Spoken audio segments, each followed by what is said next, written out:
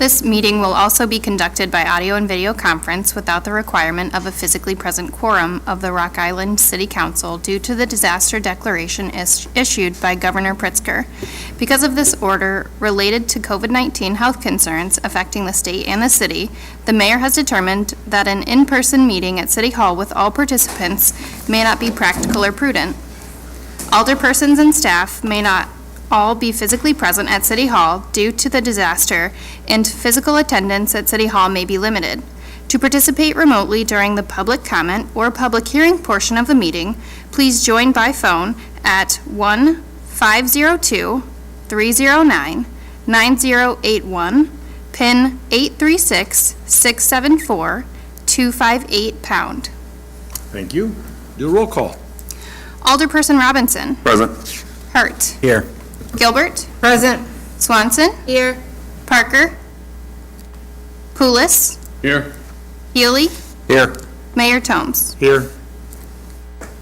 Thank you. Can we stand for the Pledge of Allegiance? Remain standing for a moment of silence, please.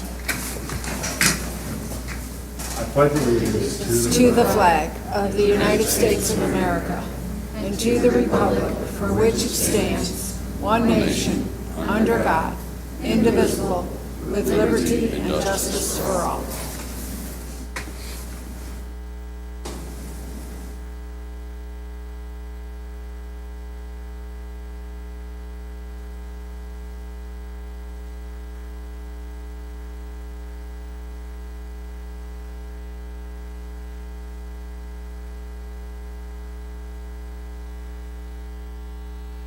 Thank you very much.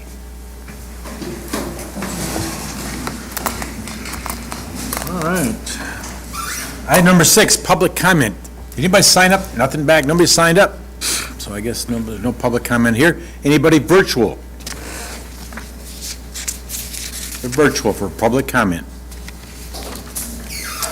Hearing none, we will then continue to move on. Oh, I'm sorry. Go ahead.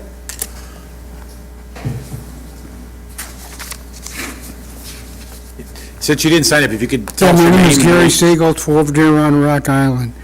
Important as this meeting is today, I think there should have been more, I don't want to say advertisement, but this should have been,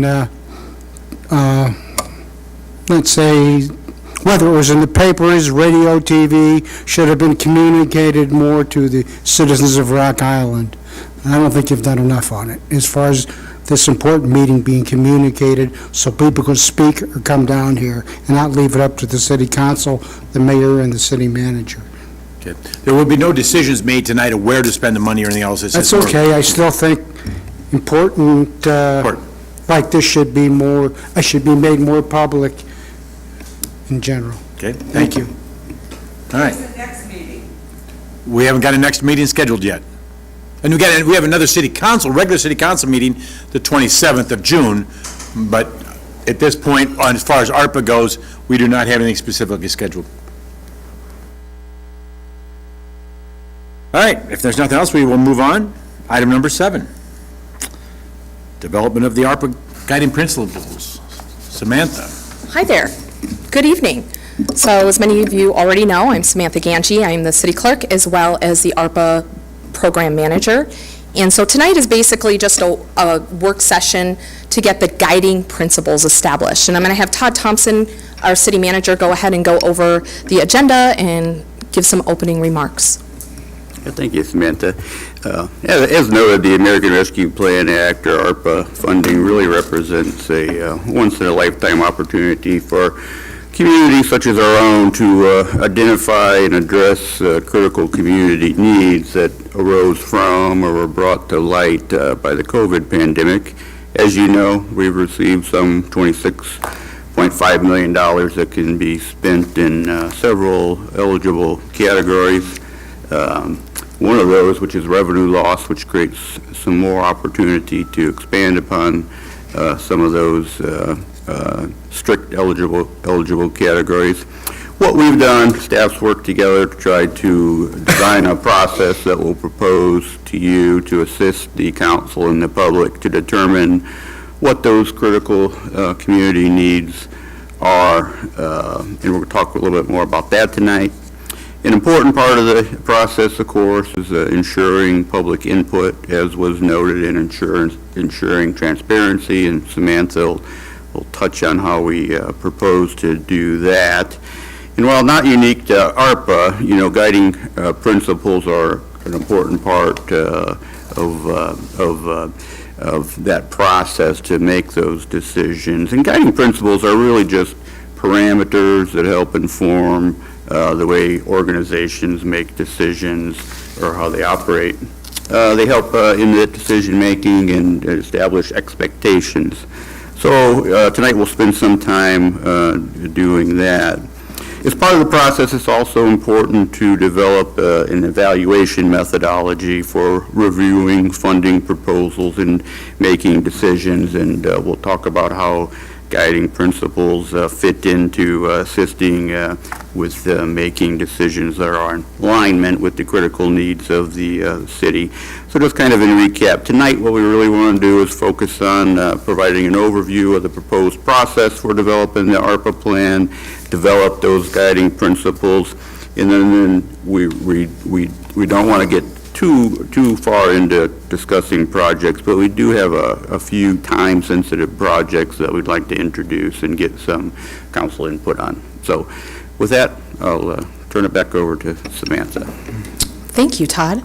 So what is a guiding principle? So what we're here tonight for is for City Council to set the expectations on how to best utilize these funds, so that I know, city staff, our stakeholders, our public, everybody knows what exactly council is looking for. And those should incorporate the overall city goals, as well as the mission and vision statement. So this is just a framework. So what you see here, these stickies, are when I met individually with you and I had you complete the guiding principles assignment, each sticky represents a specific council member's input. And from there, we're going to derive 4 to 6 sentences, it could be more if we go over, that's fine too, from those, so that it's nothing to do with projects specifically. We're going to keep it high level in terms of what exactly is going to influence these decisions. So some examples, which I've provided to you guys previously, I pulled a few of the document that I provided to you. These represent other cities that have successfully done a similar process to what I'm doing. I didn't just, reinvent the wheel here. It's setting the framework up. So, for example, city governments must be sustainable and prepare for new emergencies to ensure the community thrives in the wake of the corona pandemic.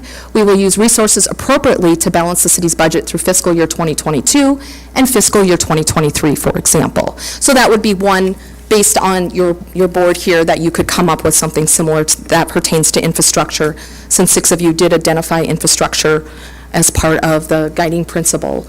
And then also just being mindful of the city council goals. I put these up here, and I'll keep these up here when we start going over the guiding principles and developing the sentences for those, because it's important to also tie in the city council goals, and the directors will be very mindful of that as well when we go through all of the projects later on in the process. Public input. We just heard from this gentleman here, public input is very, very important, and we will definitely seek public input. So, as everybody knows, Rock Island is not as further along as a lot of our sister cities like Moline and Davenport, so we have not had the opportunity yet to seek public input, so we will be doing that in July. We will advertise that in the paper. I will do a press release, get as much media as we can, Facebook, website. You've got your older people that can also make sure to get the word out to their various wards. I'll do some pop-up events. I've talked to MLK and library will be able to have paper forms available, so those that don't have access to the internet or that aren't computer savvy can go there and either fill out the paper form at the library. They would assist them in getting online and completing it online if somebody so wishes. I know if there's other ideas you guys have for reaching kind of those communities that don't necessarily participate in surveys, please contact me. I know I've had a conversation with Moses about that, so please feel free to contact if you have any suggestions for that, to make sure we could get as many people as possible to fill out that survey. And then further along in the process, we will do what's called public input buckets, or call them categories, and those are going to reflect the guiding principle, and those are going to be categories that we can use the fund. And some cities have actually had some real success doing it. City of Champaign, for example. So we have various buckets. We'll do like town hall, public forums, and, give people monopoly money, right? That represents how much ARPA money we have, and people can go around and put the money into the buckets, and then we'll count it all up, and just kind of a fun, interactive, and then there'll also be public input for the overall plan. Before the overall plan is implemented, we will make sure that City Council has the opportunity to hear from all the stakeholders and residents in the city before they decide to implement that plan. And also, we always have public comment at all of our City Council meetings, so if anybody so wishes, they miss one of those opportunities there, they can always come to City Council and provide input, or specifically, you can contact your alderperson. So here is a draft public survey, and I have a handout for each council person as well, because it's kind of hard to read. Obviously, I haven't been able to develop all the questions fully until we implement the guiding principles, but this is based off of just my experience with surveys, and then also what some other cities have done as well. And so public will rank the categories, what's more important, public infrastructure, housing, what does that look like? There's also an opportunity on the survey for them to put in other ideas that might not be on that list. Tell us, we want to hear from the public what creative ways they can come up with. And again, this is a draft. And then also the demographic information, as everybody knows, collecting data, demographics is important as well. So what are the next steps? So we're here tonight to develop the guiding principles. I have provided the city directors, city staff, with ARPA project form. So I provided all of you at our individual meetings with a spreadsheet, which is very preliminary draft of each director's areas and where they see the need is in their areas. And from there, we're going to get, they have to justify it, they have to tie it with a goal, and then when we have a guiding principle, I have a copy for all of you too, so you can look at that as well. That is due back June 23rd, so next week. And from there, that spreadsheet is going to be expanded that you got, and it's going to have all of that information on the spreadsheet. There might be some additions on there or some deletions on there that, as directors are working through, that they might not see is tied to ARPA or can be tied to ARPA. And so from there, you guys will have all of those different columns with, the different justification, the timeline, the project cost, whether there's leveraging, matching dollars, and all of those sorts of things. And then from there, on the 27th, I will be providing council with that spreadsheet. Also, the scoring matrix, just go to this next slide, which you all have a copy of. And this is the scoring matrix, and you're going to score each project based on, you're going to have the entire month of July to do it, by the way. So individually, you'll have some homework, and you'll score each project, and you'll submit that to me, and then we'll come back in early August for a special meeting, and I'll have all of the data from council compiled, and we will do like priority-based budgeting. If you're familiar with that, we'll eliminate, what are the top priorities? There'll be a fine line of where projects just, we're in that 0, 1, 2 category that just didn't make the cut. And then council will then decide and start implementing the overall plan. So back to the original slide. Also, for council members, if you all could have any ideas specifically that weren't on the directors, I know Judith has had a good one with, holding a job fair for our local businesses. Make sure you send that to me by email by the 27th, so I can add that in, and we can use that to score as well. So I know all of you have some ideas of how we should, and so based on what you've heard from your ward residents or what have you, so make sure to submit that to me, and I'll follow up with an email in the morning so you guys don't forget. And then based on the overall plan, we'll have the funding recommendations or buckets, and again, the public will have input on that as well in terms of where all the money should go. Is it economic development, housing, and following the federal guidelines, going through and deciding which projects meet council goals and guiding principles, as well as federal guidelines. And so I also broke down the phases for everybody. We are establishing guiding principles now, tonight, public input survey in July, and then during July also identifying score city projects, the city council. And then our phase 2 will be in August. We'll have another special city council meeting to discuss the ARPA survey results. We'll develop the overall an ARPA plan, get those categories narrowed down, and we'll discuss projects at that time. We won't be discussing projects tonight, I think, other than the time-sensitive ones. And then what we'll do from there is early September, late August, early September, we'll have the final input process, and then we'll start implementing the overall ARPA plan. Also, we'll have an ARPA dashboard. I'll have to work with IT on that, and that will, so everything is transparent. Any kind of money we're spending, any allocations, projects, all of that will be on our website, so everybody can view where we're at with ARPA. Nobody's left in the dark. And many cities have implemented that. Again, this framework has been successful with other cities. Question for you. Yes. Will that, on the dashboard, projects that are pending, will that show the amount of funding or potential funding from outside sources? Yes, I'll put that on there. See, the tricky part, that's a great question, Alderperson Poulos, because the tricky part is, the bipartisan bill that was just signed into law recently, Right. those notice of funding opportunities or NOFOs, a lot of those won't even be released till September. So some of our public work infrastructure projects, or even maybe some CED area projects that council might want to do, we won't even know about those funding opportunities in the detail and be able to apply for those grants. So we won't even be notified until spring, potentially, of next year, late this year, early next year. But we're going to apply and try to, leverage those funds and make our ARPA last and be impactful and long-lasting. So I understand, even though we don't know how much but will we at least identify that there are other outside funding opportunities for a specific line item? Absolutely, and I will provide you with the project form that the directors have been given, and that does have them identify any leveraging. And not just grants, right? There might be some partnerships, right? What are some partnerships that we can identify, and other funding sources besides grants that there might be available? So kind of really, getting those wheels turning on how we can make this money last and be as impactful to Rock Island.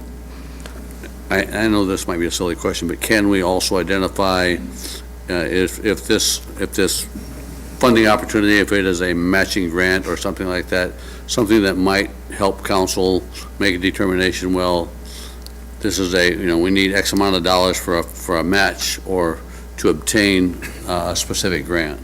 Absolutely, I can make sure that's included as well. Like Yep. a downtown project. Right. So like downtown, for example, there's a potential of 3 million, right? So then that would be identified, so. Thank you. You're welcome.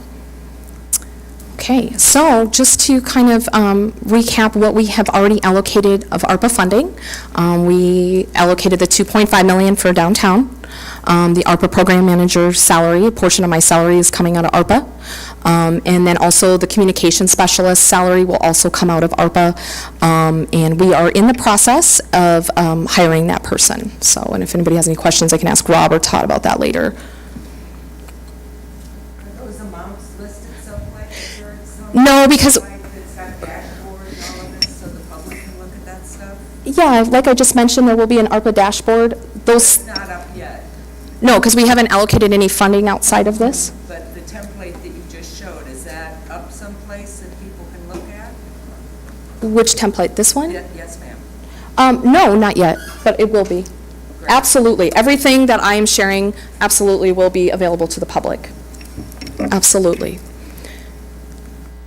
So with that, before we get, I think I saw Judith. Do you have a question? Well, I just have a question. So, Sure. You've only been talking about, like, city departments. So has the decision been made that only city departments are submitting projects? No, certainly not. And I think, as we develop the project list that you'll ultimately rank, I think, that's the kind of thing that we would want to put on there as a potential. We call them projects, but it could be a program of some type, and we could put No, that I on meant there. like, Like an RFQ or an application? no, an RFP where businesses or nonprofits. Yeah. So one of them would be, I'll say, call it external agency funding or something like that could be on that list, and then council could rank that, whether or not they thought it was a priority or not, and then, if the council wanted to do that, then you could have some further discussion about, well, how much do you want to put into that? What bucket? That program. How much bucket? So Yep. It's certainly yet to be decided whether or not that's a priority, or whether or not it's something you want to do. Moses, yeah. I just want to go back Robinson. to the survey. How long will the survey be? What's the time frame for the survey? I know you said in July. Is it for the whole month of July, or are we? Primarily for the full month. I've got to work out the logistics. I'd like to have it, realistically, I'd like to have it so I could go to Parks Red, White, and Boom and do like a pop-up event there. So we'll see. Hopefully I can make it that. But it will definitely be available for 3 weeks. I'm hoping the whole month of July. But typically, it's been anywhere from 2 to 4 weeks that cities have been able to, or have had those surveys up. Do you need to be a citizen of Rock Island to do the survey? No, actually, no. In here, if you look at the draft survey, it says, can you identify your relationship to the city? So are you a resident? Do you work in Rock Island? Do you own a business or a property owner in Rock Island, or other? What's your other affiliation? Okay. So then that way, because that data is going to be really important to us. So we don't have a way of tracking repeat. I mean, you're going to have somebody that, Fills it out 100 times. exactly. Well, because unless they're going to throw off the demographics, I could have Tim probably speak to, can't see him back there, but the IP addresses, I think there's a way we can also track those. So if I'm sitting at home filling out 20 surveys, then that's going to be noticed. And I know there's a way, and I've had conversations with him on that. But yeah, that's something when you do surveys and collect data that everybody struggles with. I know at the university level when I worked there, it definitely always was the back of everybody's mind, Right. Randy? I know we're kind of talking about the survey question Yeah. right now, but what is the possibility of us putting something into a water bill where we could, send a link Sure, in that's a there? good idea. Or maybe Absolutely. put a survey in, I don't know, I mean, I figured that reaches the city as a whole. And maybe that would be a way to track some residents as well. The problem might be This is- timing. They're not going to be out in July, Yeah, the billing Oh, already okay. came out. All right. quarterly. I was just going to look at Linda and defer to Linda on that one, so. I retract my statement. Well, I was Okay. also wondering about paper copies, because, Hy-Vee's in my ward, so I was thinking, I could stand up there on weekends Yes, and pass out the absolutely. surveys, but my concern is, I don't want 10 people to fill out the same survey. And Right. so I know you could put a line on there for name, and people wouldn't necessarily fill that out, but that's my only concern is, people do it online, people do paper copies, numerous people to skew it. And I know that sounds nefarious and awful, but No, it's a good point, and it's something, we always struggle with when we're doing data analysis, right? And when we're collecting data, it's something, so Tim, I don't know if you want to speak to anything on that, in terms of tracking those IP addresses? I know we briefly discussed it. Can you attach it to a discuss that. singular email? Well, so so I think that's a decision the council might need to make, is how deep do you want to go in collecting information? Maybe you want to know where this is coming from, and maybe people want it to be a little more anonymous. And so I think the council needs to decide, do you want to collect IP addresses? Can we? Yeah. Should we? That might be another question. I think, at least, I'm sorry. Oh, you go right ahead.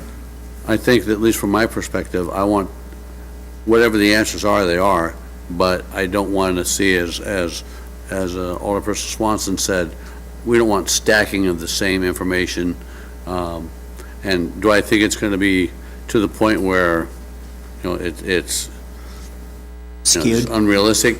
I don't think so, but again, we want this to be as genuine as we can possibly get it within reason, within, reasonable standards. You're an IT guy. Right, so A little easier than if I just sit there and hand this out to people. Well, that's my point. right. do you plan to collect an email address from the individuals who fill out the survey? Yes, and that's on there. However, it got cut off on the PowerPoint, but it's got other email, but it's optional. let And everybody I've got else do 6 that. email addresses, so I could realistically do 6 surveys. Do you want us to prohibit a second survey? I mean, even in Google Forms, we can say, you're only allowed to fill it out once from this IP address and be done. But then you run into problems where some businesses aggregate their IP addresses, and so if one at the business fills it out, then nobody else can. So, Well, and we don't want to prohibit, there are some citizens in our community that don't operate with email. Right. Right. I mean, at least our older citizens may be somewhat technologically impaired. Like me. Guilty. So Tim, do we have the resources to store that data? Because I know with my line of work, once you start collecting things, you open yourself up to things, so. I think a lot depends on how we go about the process. We have a number of different tools available to us. I mentioned Google Forms, that's one, in which case that information would actually come into Google and we would have access to it. We've got another tool called Constant Contact, which is a little bit more polished, and it would hold all of that information. Again, we would have access to it, but it might do some aggregation for us, perhaps even kind of wash that data a little bit for us if we wanted to go that route. So we do have some choices. Okay. Good. Randy? So what is the plan for, say, advertising in the paper to let the public know that this is when we're going to start this process? Thanks, Tim. They haven't, you have until, or I guess to Yes. line this out on the newspaper to what we're doing here. And Yep. is it going to be a one article time? Are you going to put it in weekly for a while, or what's the plan? Well, I mean, we're at June 15th. If we go live with the survey, July, it'd be like the pop-up event, right? July 3rd. Yeah, so we would do it like the week prior in the paper. And then also press release. I know we'll definitely get media coverage. Both Davenport and Moline got really good media coverage when they put this out. So you get your news, you get your newspaper. So not only our ad, but also press release articles that are covering that. And you guys might get some calls as well from the media. Well, what I'm saying is, so we may put it in a paper in one day, well, maybe somebody only gets the Sunday paper, or if they still get a paper, some people. And that's always a struggle with anytime you're trying to do a Just survey kind or of wondering, collect like, data. how much of the newspaper are we going to let the public know? Is it going to be more than one time, twice? We run it probably for the last week of June, I'm thinking. And then nothing middle of July as a reinforcement, like, hey, we're kind of running out of time to get this Yeah, I haven't done? really done the logistics. I was hoping we'd have the communications person Okay. in place potentially before then, or but yeah, we'll have all those logistics and definitely as much, Right. advertising as possible and just getting the word out. And you guys can also do that like in your individual wards as well. I don't want to kind of beat that down, but Yes. the typical announcements that we do in the paper is very small. Me and Miles talked about that on Monday. It's very small, it's hidden, it's hard to see. Okay. Are we talking about that type of advertisement, or actually doing something different where we actually take a full ad out where it's going to be seen and publicized a little bit better? I'm looking at Judith and Todd because they both kind of. Well, it's expensive. It is, but I know just the regular, You're right, you can't it's- even find it unless you're looking for it. That's true, So Moses. I have an idea. What if, could we create some kind of signage that has on there either a QR code or, the link to go and maybe put those signs up, like at the MLK Center, at Hy-Vee, at places where we know our residents would be frequenting. And I'm going to put Angela on the spot here. We have computers at the library that people could come into that don't have access to that and complete the survey. So that's what I'm kind of wondering is, instead of paper stuff, but, go ahead and put those signs up places where people would see them. Yeah, if And council signage wants that, to we can come do off a that. bridge. Yeah. I mean, Yeah, Moses something. mentioned to me a billboard even, so. because we have to think outside the box. If we Yeah. really Absolutely. are wanting to get the community's input, we have to think outside the box. We can't do the typical things because they don't work. We know that. Right, and that's why I talked to you about, going, the kind of the grassroots stuff, and then also, these pop-up events too. Right. So, if there's things that you guys need me to attend, or things that I can do to assist with that. We'll put together a kind of a plan, and get it back out to the council in short order, then you can give input on it and whether or not you think it's sufficient or not, and put together some cost related to advertising and things like that. But I think your Red, White, and Boom event will probably be the biggest impact, even though we have so many people not from Rock Island, but you have so many people in attendance that will be able to do a survey. Right, yeah. And I know those have been successful in other communities, just the pop-up events. Right. You know, big or small. I like the idea of QR. The QR code, yeah, and I thought about that too. Popular. But I mean, if you use Red, White, and Boom, even for the QR code, you have so many That's right. people in that one area that you can do the actual paper and people can scan the code. That's right. To do both. So I mean, if we're on the ground running by then, you cover so many more bases. Absolutely. Good point. But for some of us older, more challenged people, you might need instruction. This is how you do the QR code. Because like I did it at Arts Alley yeah. for the first time.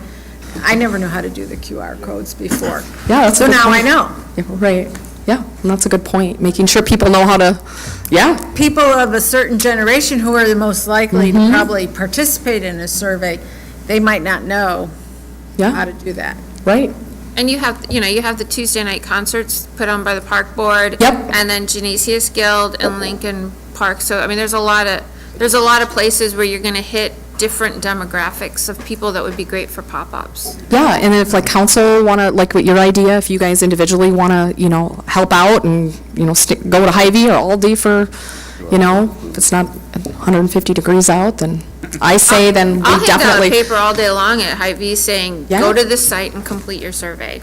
Be a hot one today. Well, not today. It's really reaching those kind of, the populations that don't typically fill out surveys, right, are the ones usually most in need. And so identifying first, second, and fifth ward, actually, if you look at the data, have most of those populations, so, in reaching those. Yeah. Just logistics, I just want to let you know that, let everybody know that Dorn Parker has joined us. Thank you. Appreciate the councilman joining. Mark, did you have something? Code, did you have something? Oh, I'm sorry. Can I ask a question? Yes, sir. I Hi, sir. might miss some of the conversation, I'm not catching it all. Sure. But and I think you're leaning on this, I think the older person should take a real strong hand at this survey. They have a list, and they really need to be involved. They know. Absolutely. They know they should be knowing all their people, residents, hoping using the right terminology. But anyway, I would think that they should be involved in that. If they need help, maybe they can get help, but they should be the controlling thing where they can make sure and explain things to old people like me and maybe younger people and talk about newspapers. You're absolutely right. Very few people my age, they're the only ones that have it, and some of them don't have it either anymore. They don't care about it, and the paper is just a rag, really. But I think these are all the persons. Absolutely, I encourage any participation. Who voted for them, who's active, and they can get a good share of it. Yes. Well, so can I address that comment by Louis Alonji? So I have a list that I've compiled, but it's small in comparison to all the residents out there, because I even think in most of our wards, there's maybe, 5,000 registered voters, but there's a lot more residents out there. But, again, that's if you've collected emails, but like, in terms of contacting, even a small portion of the people in your residence, you'd be on the phone nonstop. We don't have any, and this has been one of our beefs since the new council was sworn in, we don't have any easy way to communicate and connect easily with our residents. Like, we can't text them. We don't have the capability to send a text. You start sending texts to numbers, and then it bounces back and saying, no, you can't do that. You have to have special blah, blah, blah software or something to do that. So, And we're working on that with a communication specialist, right? To help council with that, yeah. Well, and I think that's a we good have point. Highland, we have Saukey, we have RIFAC that have, Library. we have some tools for people, and I'm sure Mr. Grip would help. Can I just put one more thing in? I will do this. If you're paying taxes, you should have the right to do that survey. If you don't want to do it, fine. But if you're paying taxes, do you want to do this? And then talk to them about it. The ones that don't care about it, that's fine. But we want a good survey like you've been talking about. So pay taxes, they should be asked. give them the opportunity. Do we have the capability of people whose English is their second language, or not their We primary don't know language? those. Not that I'm aware of. You talking about the refugee population? Those, Right? You talking about the refugee population? Yeah. that's several. Well, that's something that me and Samantha was talking about, especially First Ward. There's a good concentration there. I have we're- several in my ward as well. Well, I'm just saying, we're working with some of the interpreters that will be able to help us with that. Okay. Word relief, the different programs that actually have people that can actually translate some of this into their language so they can understand, and we can get their feedback. Okay. The voting day's coming up. If we had something, That's right, June 28th. absolutely. Primary. That might be- The primary might be a way to get some out. Sir? I suggest every city councilman should have a town hall meeting in his district. Number one, you have different demographics all over the city. You have different districts or whatever precincts that have different interests that may not pertain to other ones. But if you all have a meeting and know what your citizens want or looking for, the next time you come together as a group, it's a hell of a lot more inclusive. And you all can learn from what some of your citizens have to say and what they want. I highly recommend you have town hall meetings, each and every one of you, actually on a regular basis. Okay, thank you, sir. Every month. All right, so next, I'm going to have Tim Bain come up and talk about some of those time-sensitive items that council needs to kind of start thinking about and discussing. Just go over them all, and then if they have questions about them, I can come back up later. Okay. It's 'cause they're I didn't know if you were going to do, okay, I didn't know if you wanted to do your PowerPoint, so I guess I'm going to be doing that. So this isn't new to anybody on council. We are in the dark age with our software, and Judith just made that point with not being able to communicate, right, with our residents. You know, you can't fill out a, permit application with the CED department, you have to come to City Hall, right? So, our software team, it's myself, Miles, Tim Bain, Mike Bartels, Linda Barnes, and Rob, that are on that. And, we are wanting to put out, not spending any money, just putting out the RFP, excuse me, for an ERP software consultant that'll assist us in determining, what the software solutions are for our needs to improve and maximize, the benefits of, our citizens, making it more easy and efficient for our businesses as well. So I don't know if anybody has any questions about that. If that's okay, we can go ahead and, again, we're not spending any money. RFP, obviously, council would have to approve anything, but at least we have that out there and we can get going on getting that implemented. Because we're looking at 2023, right? Because it takes time to train people and implement, and it's a long process. Do we have Yes. any idea, though, of what the cost will be, or ballpark, or a range to hire a consultant to? I think The Rob and next Tim step? were on that little subcommittee. We stuck a budget figure in there, but we're not sure how accurate it is.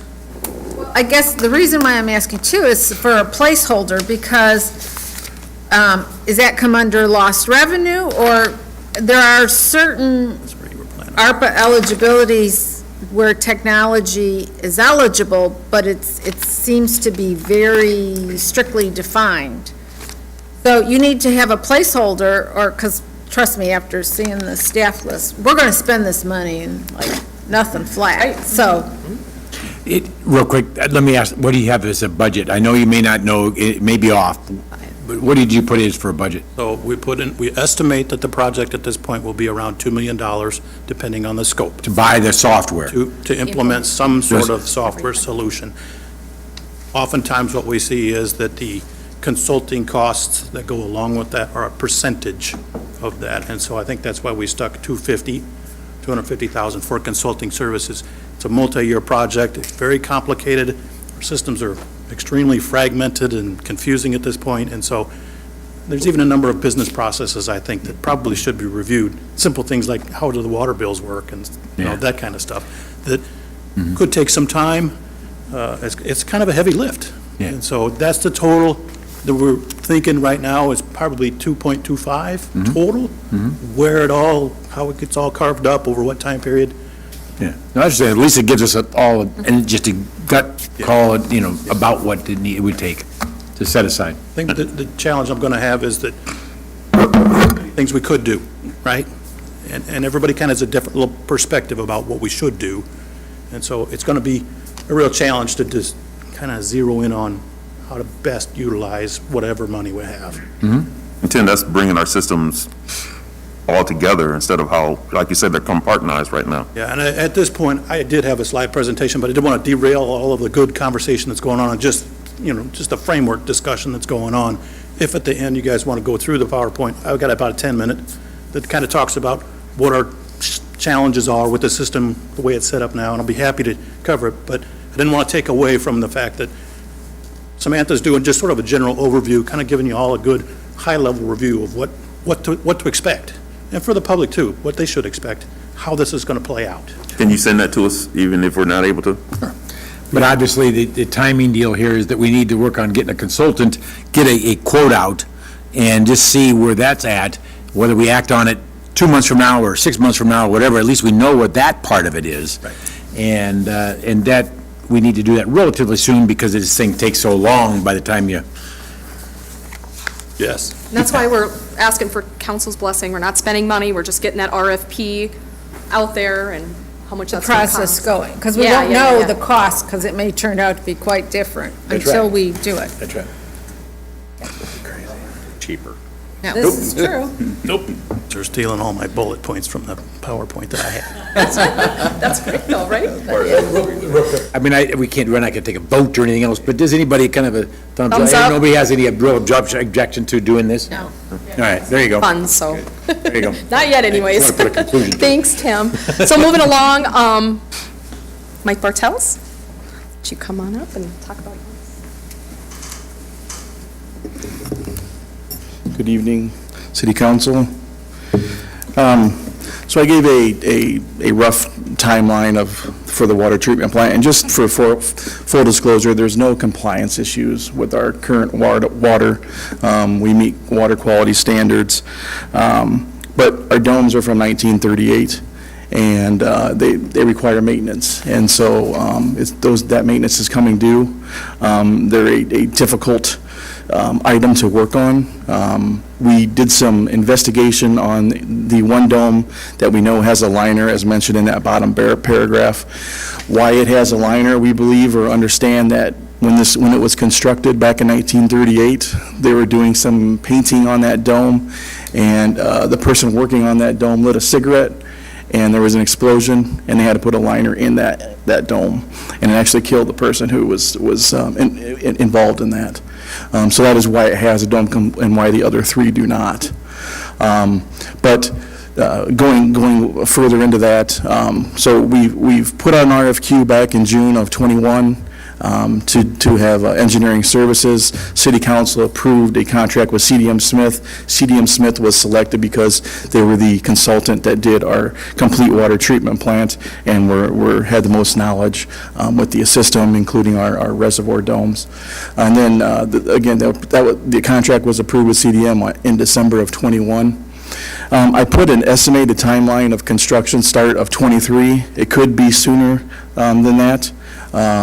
But they're doing some preliminary investigation, preliminary engineering currently that was approved through the contract with CDM, and to try to determine the complete scope of work. So it's taking longer than expected, and we're getting into June now. And we don't want to be doing this type of work in the wintertime. It's going to involve draining the entire tank down.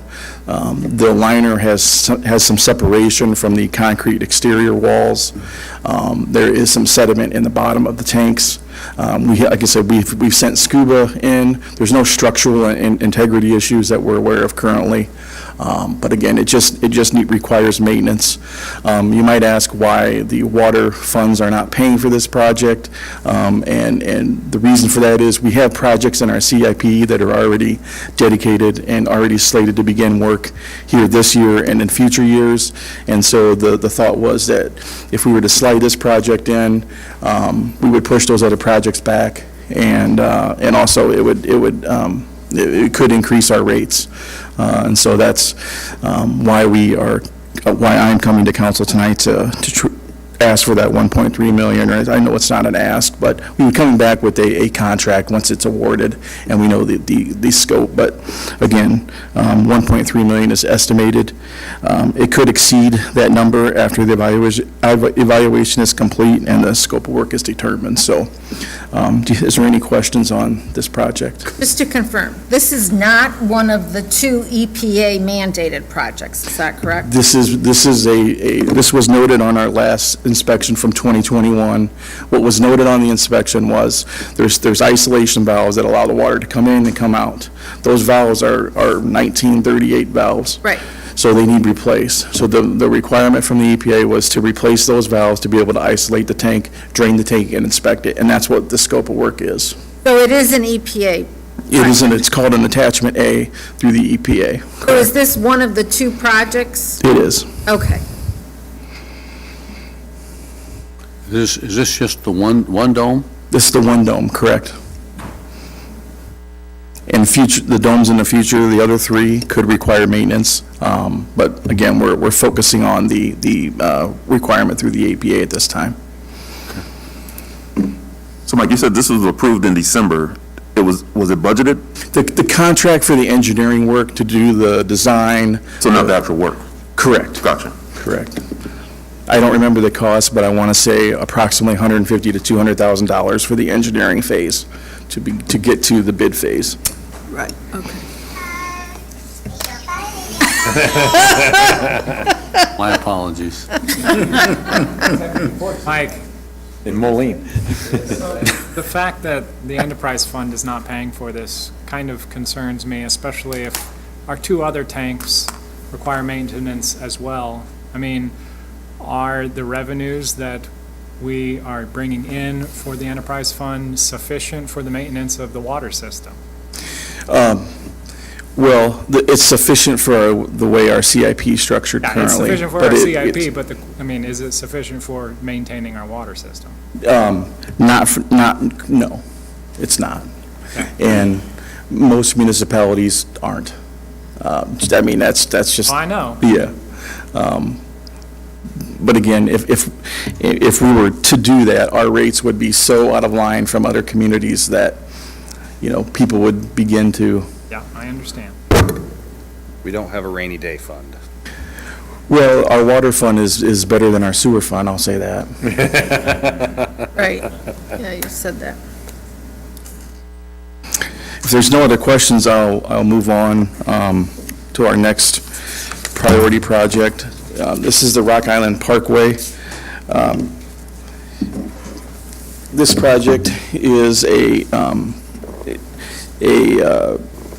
intersection reconstruction. It would involve installing traffic signals, buried turn lanes, which means dedicated turn lanes separate from the main movement of traffic, pavement reconstruction north and south of that intersection at 85th Avenue West, approximately 600 feet each way, so about 1,200 feet north and south, and then east and west along 85th Avenue West as well. We applied for and received a highway safety improvement grant for almost $1 million. We applied for that back in February of 2019, and we received award and notification of award in September of 19. Between that time, we've been doing preliminary design work for this project. In April of 11th of 2022, we came to council and asked for approval for a local public agency agreement, also a resolution for improvement for this project, and an authorization to expend motor fuel tax funds. That was approved by council in April of this year. And it is in our budget. However, It is in our budget for 2022, but there's not enough funds in there. The project came in about $300,000 more than the original engineer's estimate, and so that's why you see that deficit there. So how much are we spending of motor fuel tax towards this project? So we have $1,010,000 of MFT funds put into the project. We have approximately $160,000 of stormwater funds, and we have about $128,000. If you might recall, Augustana College did a project cost share for 35th Street between 6th and 7th Avenue of about $128,000. We received payment here, I believe, last week for that project, and we came to council and said that we would use that either for another project, and we increased the rebuild funds for that project to cover that deficit at the time. And so we were going to apply that cost share to this project as well. That's where that $333,000 deficit comes into play. And this falls under lost revenue, correct? Yeah, I think the understanding was not to use ARPA dollars for street projects. Well, it's not eligible. Street projects aren't eligible. I just want to be clear for people watching at home. Yeah, I think that's true of this project, the parking garage and the city software, that they'd be revenue loss categories. And, we just really want people to appreciate that the city did experience real significant revenue loss, but for that, we wouldn't be here talking about these deficits. You'd have additional motor fuel tax, additional revenues to spend on capital projects such as these. So I have a question, and I have a concern, because I know that there are other projects that we're looking at in the Augustana area, why we're diverting money from those projects to the 85th Avenue project. So we're not diverting money. That project has already been completed. It was completed last year. It's the new street along the new swimming pool addition that they did, 35th Street. So that project was completed, and we used additional rebuild or motor fuel tax dollars to cover that cost share that we are anticipating to come from Augustana. So we're not diverting dollars away So from. these are just motor fuel tax dollars, not. It's there's motor other fuel projects tax. that I'm aware of that is going to need some. Underneath the pond. Yeah. I'm sorry? Underneath the pond. But that's That sewer. is This is, a project that is not being discussed tonight. However, it will be coming back in the overall discussion. And I believe it's on a spreadsheet that may have been sent to all the other city council members previously. But you could call that a priority. You could call all these projects priority. I mean, they really need to be done, but these were the ones that, when you look at the parking garage, you have a new federal building getting ready to be constructed. So the timeliness of getting that done, there is structural, we know there's structural issues with the parking garage. So I think delaying that, and I'm moving ahead here, but, we had the study session with the council, and I think the general idea was to move forward with the demolition, and we have started doing that and hope to have that out for bids in June, within a possible award in July of this year, and a construction start of hopefully August if everything comes together as planned. So that's why these three projects were priority. Believe me, I had a few other ones, but the city manager had me remove those for another day.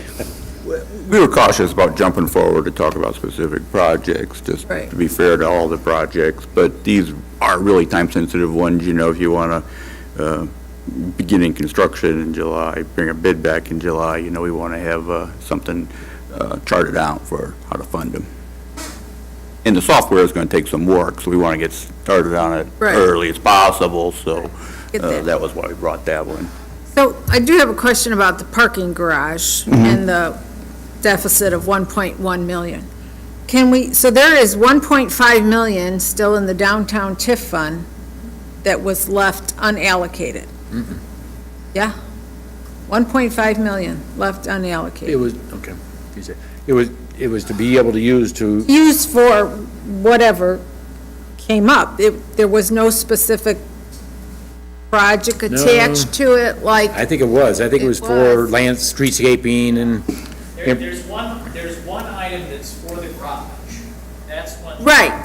But then there's a pot of money. So that final pot of money there that you see in that resolution from December Yeah. 2020 is specific to streetscaping improvements. It was designated, and so you can't change it. Streetscaping improvements include streetlights? It is actually specific to public right-of-way improvements. So if you go and read that resolution, it explicitly states that it's for streetscaping improvements in the public rights-of-way, okay? And then it gives the basic boundaries of downtown. And that's, again, that's about 1.5 million. So we can't use that money. That was not the intention of it, no. I mean, one could argue theoretically that, what's the difference between a city-owned parcel and a public right-of-way? But that is not the spirit in which it's listed. So what it specifically says is, for that $1.5 million amount, funds will be used to repair, replace, enhance, and improve public infrastructure and streetscape elements, including but not limited to storm sewers, sanitary sewers, water services, gas services, electrical services, data services, pavement, lighting, street trees, and street furniture in the downtown area. And then it says, the downtown area is defined as all public rights-of-way, both streets and alleys within the following boundaries, and then it gives basically the boundaries of downtown. And so this was not written for something like the parking garage, especially in light of the fact that the parking garage was separately identified and given its own amount of money, again, even 1 million. And that money was also used for applying for that $3 million grant. At 1.5. The resolution that the council passed in December of 2021, which is what the mayor is referring to, puts forward that 1.5 that's in the preceding December 2020 resolution as the match, because it is specifically addressing the same thing that grant money is supposed to be used for. Okay, so, and not all of our residents might be aware of, we have a cap of $10 million that we can use on lost revenue, which it doesn't have to meet an ARPA-eligible guideline for us to spend it. So we can spend it on stuff like streets and parking garage and that kind of thing. But, so, this is the kind of dashboard we need. We start with the $10 million figure. We need 1.1 million for the parking garage.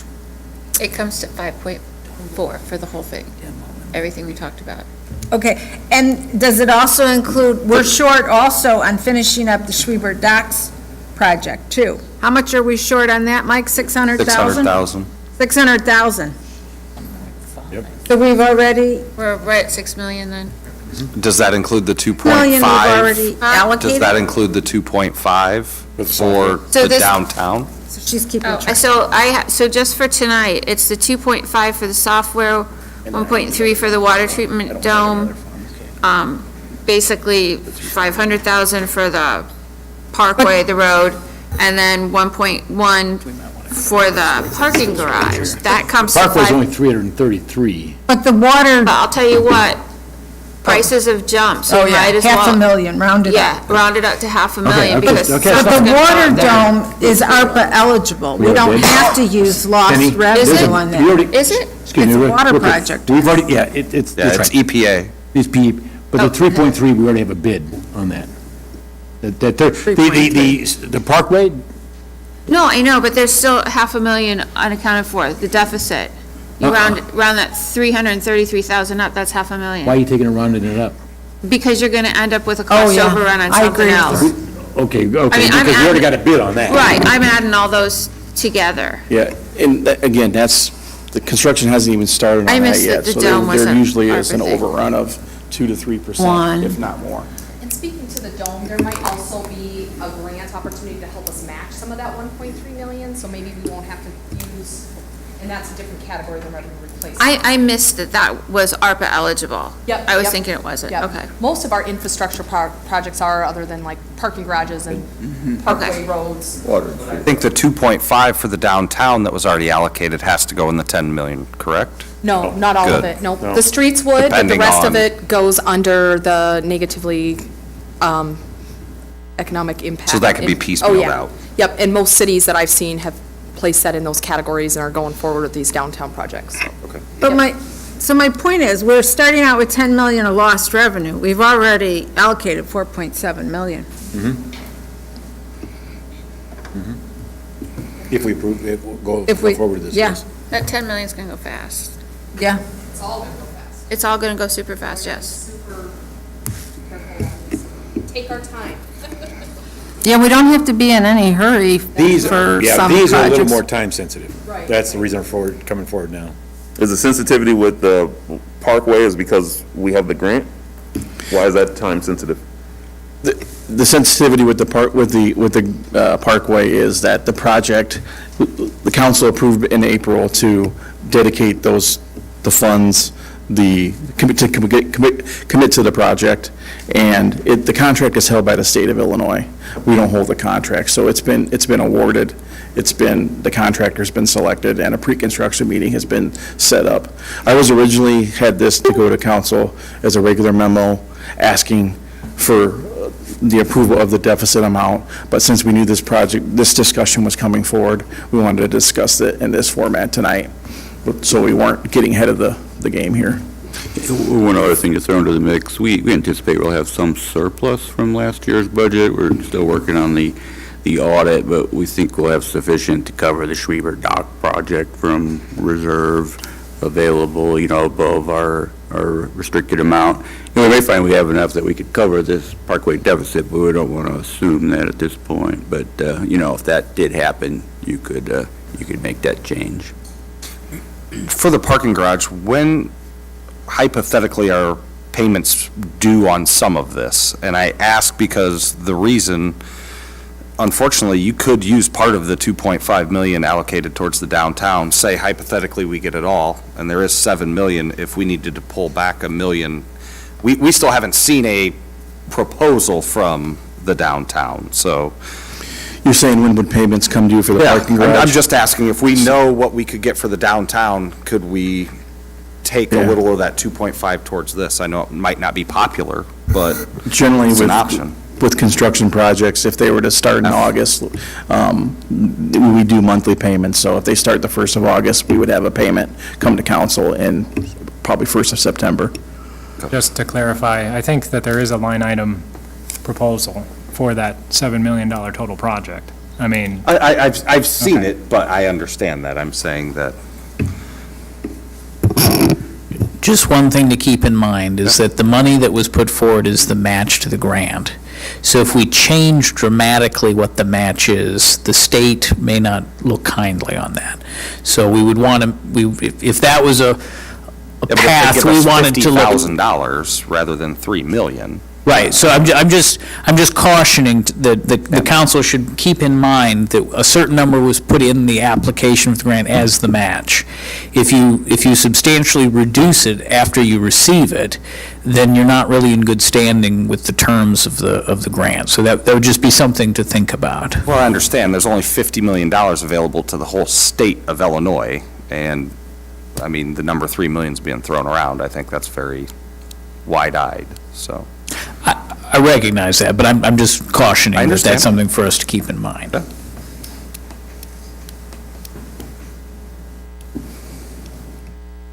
I'm not sure where we're at. I think we've gone through all that. Was there anything after this? Did you have another No, topic? this is Okay. it. That's what I guess.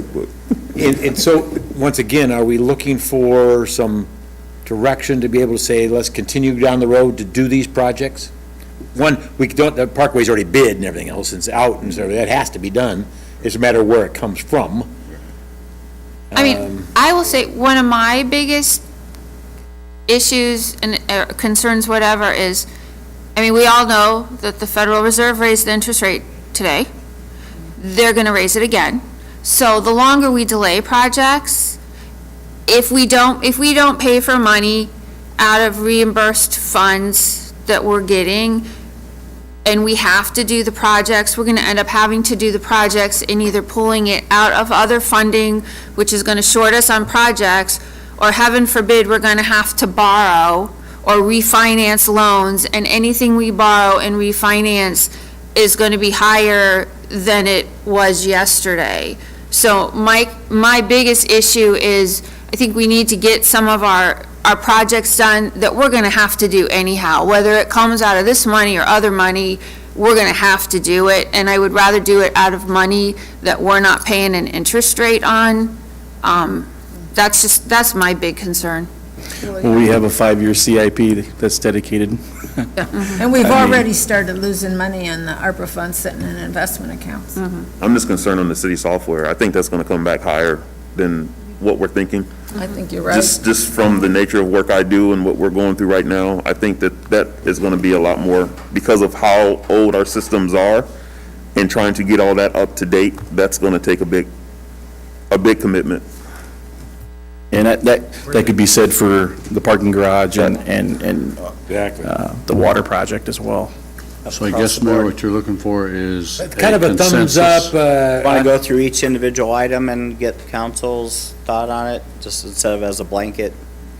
That's fine. But because of the potential for costs could be coming in so much higher, I think that if we approve software, the Rock Island Parkway project and the parking garage project, I mean, that maybe we need to put a pause on any other lost You revenue. got the EPA deal on the dome. No, that's That's ARPA covered. eligible. Yeah. No, That doesn't come out of the But we still have to pursue Put a it. pause on lost revenue Oh, fund excuse me. projects. Excuse me, I missed that, lost revenue. Yeah, no, lost revenue type projects. Yeah, she's right. Todd, you can speak to that, to what we talked about.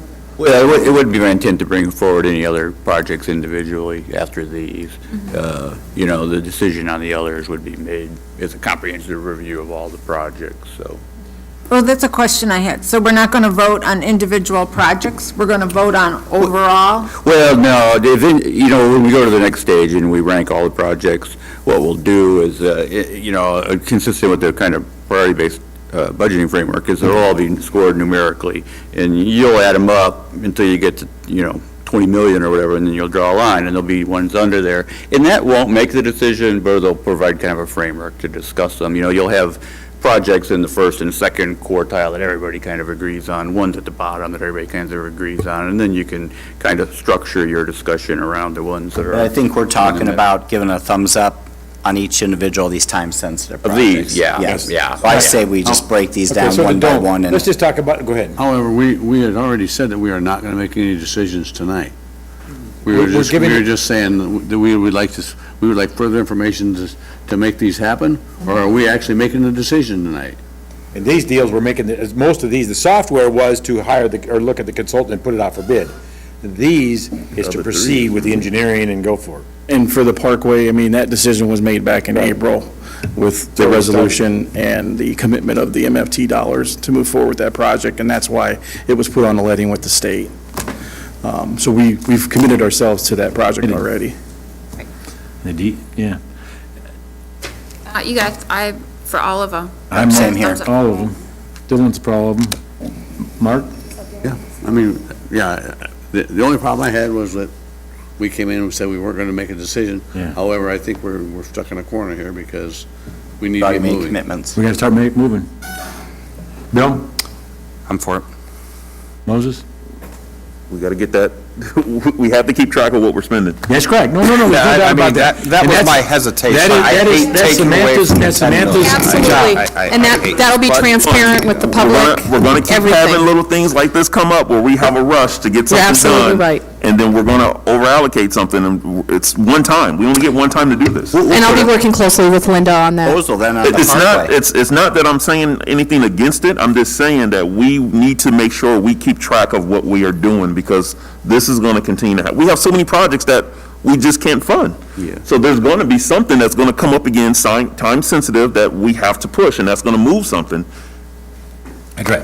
All right. I'm not against it, yeah, I'm for it, We'll but I'm put out a just, spreadsheet in the next couple of days that kind of The summarizes 27th. what we've allocated and what's You left. all right with everything? Yeah, but I agree with Alderman Robinson, especially since, in terms of the downtown, yes, we allocated $2.5 million for investment, but I don't know how many council members are aware of infrastructure projects that absolutely need to be done in the downtown as a priority too, and where are we gonna get that money? It's gotta be ARPA money.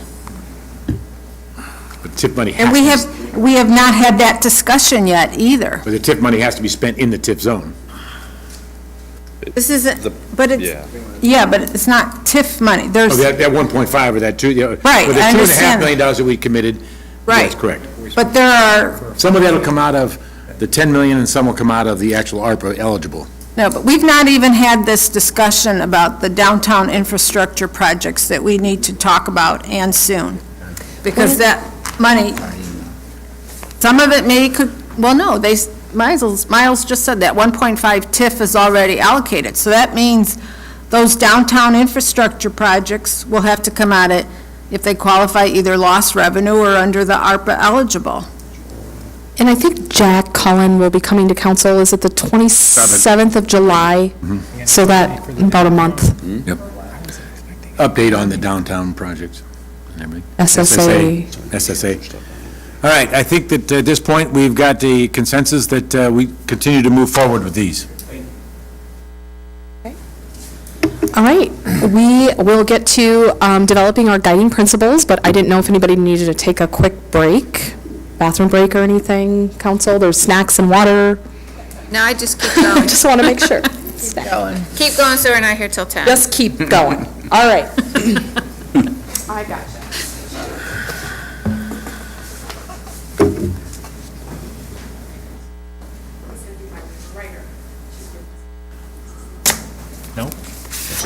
Nope. Tim? It's on now. Okay.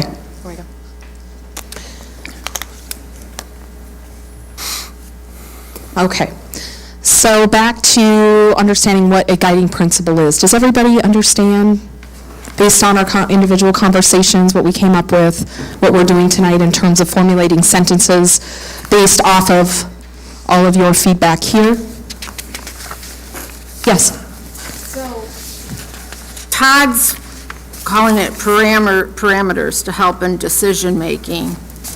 I guess, so I was confused when I started reviewing all those, because yes, some of them fit my mind in terms of guiding principles, standards, general criteria, but a lot of them are basically saying, this is how I want to spend the money. That's not a guiding principle, is it? That's for all you to decide. I would say, specific projects are not guiding principles, no. But in general categories, though. Right. But you could say, so for example, here is, let's see, City of Champaign, Illinois, maximize, number one, maximize the impact of the available funding by, economic opportunities, which, ties in here. Some cities have defined it even further, specifying, tourism, housing, businesses, whatever, you can kind of go on those lines. Some cities came up with specifically saying economic opportunity, like a simple sentence. So are those category headings, are those guiding principles? No. These are building blocks for you guys. So what this is, each color represents each one of you. And the feedback you gave me on the assignment I gave for the guiding principles. I gave all of those examples from the various cities. I also provided the GFAO's recommendations of the guiding principles, and each color represents a council person's feedback to me. And so what Todd and I and Chief Yerke did is we went through and just kind of broke them down into these categories. So this is just some framework, so I don't want you guys to think about it on those lines, and more so overall, kind of just the overall approach. Could you use the title of Sustainable Infrastructure as a guideline? You could, because if you read number 3 here. That's what I'm saying. And you could use, and I'm not saying we do, stable and effective government as a guideline. Right, because guess what? The one you just said, that means goal number 1, right? Financial sustainability. So in theory, what you have, the 5 categories up there, or buckets, could be used or modified as the guiding principles. Right, we could start using those and formulate a sentence. I think we need more substance in terms of the sentences here, and that's up to all of you, and we're here to help guide you with coming up with those guiding principles. And so what this is going to do for us is this is going to assist us, meaning myself, city manager, city staff, stakeholders, our public, businesses, et cetera, in understanding council's expectations on how to utilize these funds, tying in with the council goals. So I think we can go ahead and get to work. So I've got these. I got one Yes. question. So, okay, I'm understanding, trying to get an understanding of what the process is. Coming up with these guiding principles, and you're incorporating what we have as far as our goals for the city. How is the public input going to be incorporated into this? Well, here you go. That's a great question, Moses. So that will drive the public input survey. And so the public's going to rank, and I just kind of polled, because I don't have the guiding principles yet, I just kind of pulled them from other cities, how other cities have. So if you guys are going to say, the guiding principle in terms of sustainable infrastructure, we want to make sure that the city, invests in sustainable infrastructure for generations to come, or something of that nature, right? So then the public's going to rank those based on that. So the guiding principles and the goals are driving everything. So the legislative body, right, sets those, and then that drives everything else. Is there like weigh-in, does one have more influence than the other? The public have more than us, we have more than the public? Well, that's How up is to that you weighed? guys. That's up to council. But, so on the survey, though, we're not asking the public to come up with specific projects on what to spend the money on. No. We're just having them I haven't rank seen the that. guiding principles. Yep, and then they're going to do even a step further down and do the buckets, right? So, in terms of, I've not seen any city do that, yeah. Yes? Are we going to talk about question number 1 on that survey any further tonight after we do guiding principles? On the possible ARPA survey questions, or? Yes. We can. Yes. Did you specifically have Well, you mean after we develop the guiding principles? Yeah, absolutely. We can do that, or we can do it via email if we run on, we're running late. Absolutely, because that's why I put that up there, to get council feedback on that. Yep. Okay, any other questions? oh, no, no question. I okay. was just going to start. All right, let's start. You ready to write, Chief? So we have up here, 6 of you came up with sustainable infrastructure, right? I wonder if I should turn this around so that everybody here, because you guys all have your handout, is that correct? We could see it. Okay, so. See that anyway, so. What's that? It's like when we did the strategic plan, when they had all those Post-its and I had to take like a million pictures.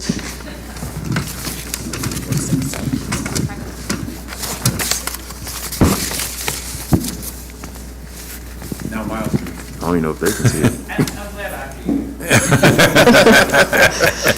So sustainable infrastructure is something that all of you, 6 out of 7, 8 of you actually, I'm sorry, because I had the mayor do this exercise as well, came up with some type of capital needs within city facilities, infrastructure to benefit all residents and reduce future liability issues. We could say something on the lines up here, improving new infrastructure to serve residents and visitors. Anybody have any ideas on that? I like the original, the first one you said, the bottom left here, that's pretty simple, and I think it kind of encompasses everything, in my opinion. So do we want to write that and we can expand upon that? Is everybody in agreement? It's infrastructure to benefit all residents and reduce future liability issues? Sure. Here, Chief. We're good. Nice writing there, Chief. That's Naomi's writing. I have horrible handwriting.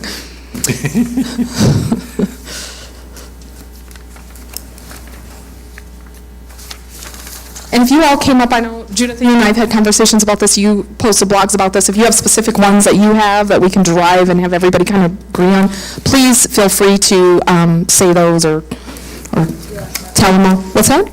Yeah, I've got it here. Okay. I pulled up the article. Okay.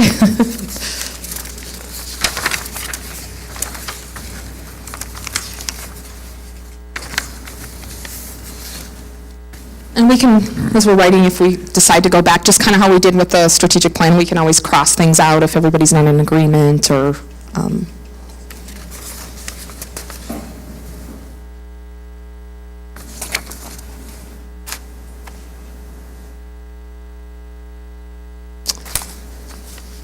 Okay, is there anything else anybody has on that one? I don't know if this is the time to bring it up. Yes. But to benefit all residents, I think we need to have a discussion about equity, right? Because some people understand equity or equality as something benefits everybody equally versus a discussion about equity, which means that parts of the city or populations within the city that have been historically disenfranchised or underserved should be prioritized over other parts of the city. I personally fall on the latter of that, but what are our thoughts on this discussion of projects should benefit all residents? Because if that's the case, we would take, let's use the imaginary project of we're going to redo sidewalks, right? And then if it's to benefit all residents, then we're just going to cut up the pie into 7 wards, and we're going to do sidewalks in all 7 wards. That would be equal, versus equitable would be prioritizing parts of the city who haven't had their sidewalks redone in decades, which means that some parts of the city aren't going to get any sidewalk done or little sidewalk done. Right. So what is our thought on this very important discussion? That's a good point. So that is a good point, and that's a point that I feel like is missing from the scoring matrix, because if you read the ARPA eligibility guidelines, if you are doing projects in communities that have traditionally been underserved or whatever, you should get an extra tick for that. For everything in the eligibility guidelines that you can tick, you should get points for all of that, in my opinion. Okay. And that is a big part of the ARPA guidelines, is equity, eligibility, or, serving underserved populations. And let me just flip the coin over, just to flip it, is, to me, when you say, to me, someone says all residents, it's really more of, in this thoroughfares type deal that everybody, or most people use. Okay, 18th, and I'm using street and structural type deals at this point, so it could be in a lot of areas. But if you talk about a street, everybody, or I hate to use the word everybody, that's pretty strong. Most people use 18th Avenue or 14th Avenue or 38th Street or 30th Street. Then it really serves more people than a given, I'll say, a neighborhood. And so you could look at that as serving the underserved along with others. Careful with that, though, because there's certainly parts of the city that repair work hasn't been done in a very long time. I mean, it's just pretty much deteriorated. Well, there's a lot of parts of the city that hasn't happened, not Exactly, just there. but you're, There's some that have not been touched just as long, if not longer, than even there. but when we're talking about, thoroughfares, you're talking about parts that people have to make adjustments to get around these areas because it's that bad. I mean, especially, for instance, just walking somewhere, if there's not a sidewalk, for walking somewhere, if there's not a sidewalk, I mean, they're in the street, walking in the street because they don't have a sidewalk in the winter. Agreed. No, I mean, agree. so, Yeah. But aren't we, for the purpose of this discussion tonight, just getting a generalization? I think the breakdown of this is at another discussion. I think we're looking, am I correct? Well, right, I think Yeah, Dylan, level. We can always break needs to- this down and have those discussions on those at another level, but I think if we're just trying to give a generalization of the guideline itself, I mean, how many sentences do you write? I mean, how do you encompass all that? Well, right, and there's cities that have specifically put, like, one of the guiding principles pertains specifically to underserved or, disproportionately impacted communities. And I will say that once we get into, like, identifying projects, let's say we have some housing needs, we're going to have to provide data to the federal government of those underserved communities, so census tract data, right? That's going to tell our story. And we're actually going to have to show that those are underrepresented or underserved or disproportionately impacted are the 3 words that the federal government uses. So yeah, that will definitely come into play. And everybody sees equity different. How I was taught in grad school might not be the same, like probably Dylan and I probably have the same equitable definition that we might have learned in college than some other, but everybody defines it differently, right? Do we want to add that here, or do we want to take out all residents and keeping it like, higher level, and then taking that into consideration as we go down through the projects in terms of equity? And all is kind of hard. I mean, when you. Do you want to just take that word out then? It's kind of hard, but I don't. Yeah. But if we can't, If you just eliminated All. Infrastructure to benefit residents and produce Yeah, because future. otherwise, you're basically, if you say, oh, underserved, if you put, that's no different than saying all, right? Now you're pigeonholing yourself right. into That's one right. particular group. I mean, Well, I think. Are we looking at infrastructure? I'm sorry, Dylan, go ahead. No, but I think that's kind of the point, is to say, that is the point, to say that we understand that not everybody can get a project here, but we're going to prioritize projects in certain neighborhoods, or in certain census tracts, or with certain people that live in those neighborhoods, right? I mean, I think we do need to make a decision on this. But on the other hand, you got to remember, the survey is going out citywide. It's not going to a select group either. So we shouldn't be making, if we're going to be talking about infrastructure as a whole, and then we can get the inputs through the survey, because otherwise, if we're doing this, then I guess we're kind of forcing a more narrowed, instead of a broader guideline, we're taking more narrowed scope for the I don't think we survey. should give the public, narrow them down on their survey. But we're relying on city departments to submit projects, and having gone through that list, I didn't see a whole lot that were targeted towards underserved I think populations. so. For the housing. I just don't think we need to, I like it how this is myself, but that's just me. I kind of look at the broadband issue, so like, Yeah, in that's a good point. in my neighborhood, most everybody is getting MetroNet, regardless of what you think about stuff. But it's coming into my neighborhood because you have people there who are paying for it. But then there are other neighborhoods that are not getting the broadband MetroNet for a variety of reasons. But those are the neighborhoods that, like, when the school shut down, these poor kids are trying to do their homework and they don't have reliable internet. So I kind of look at that aspect of, like, from the broadband aspect, there should be broadband everywhere in the city. There shouldn't be any distinguishing between this area, that area. Everybody should have access to it because that impacts the education of our youth and it impacts those people who, it makes a difference on who can and cannot keep their job by being able to work at home. Can we make that a separate category? Well, We can include, I think we would include it in here somehow. I think we would incorporate building new infrastructure, we could add, Well, that's already what we have. I agree with Jenny as far as define the broadband. broadband, for example. I agree with And that, that's too. an example of, that the only place that it is not is the underserved. I But agree there with could that. be other projects that we want to do along with that. It may be more than one project Right. that doesn't fall in where the underserved is. Right. So if you add the underserved in there, it automatically throws everything there, versus you may throw the broadband there, but a sidewalk here, or you might do, both there. You don't know yet. We don't know.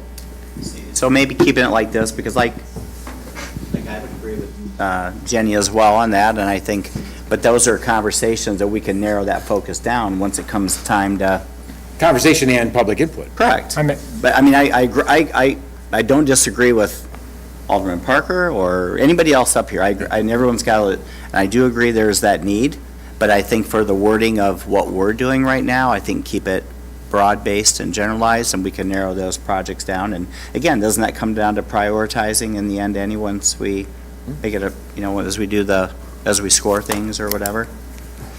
I would just say, if we're going to leave it like that, I don't support that goal, because Okay. it's not explicit enough Okay. with respect to, and that's fine. I mean, at some point, we have to make a decision. You bet, Chief.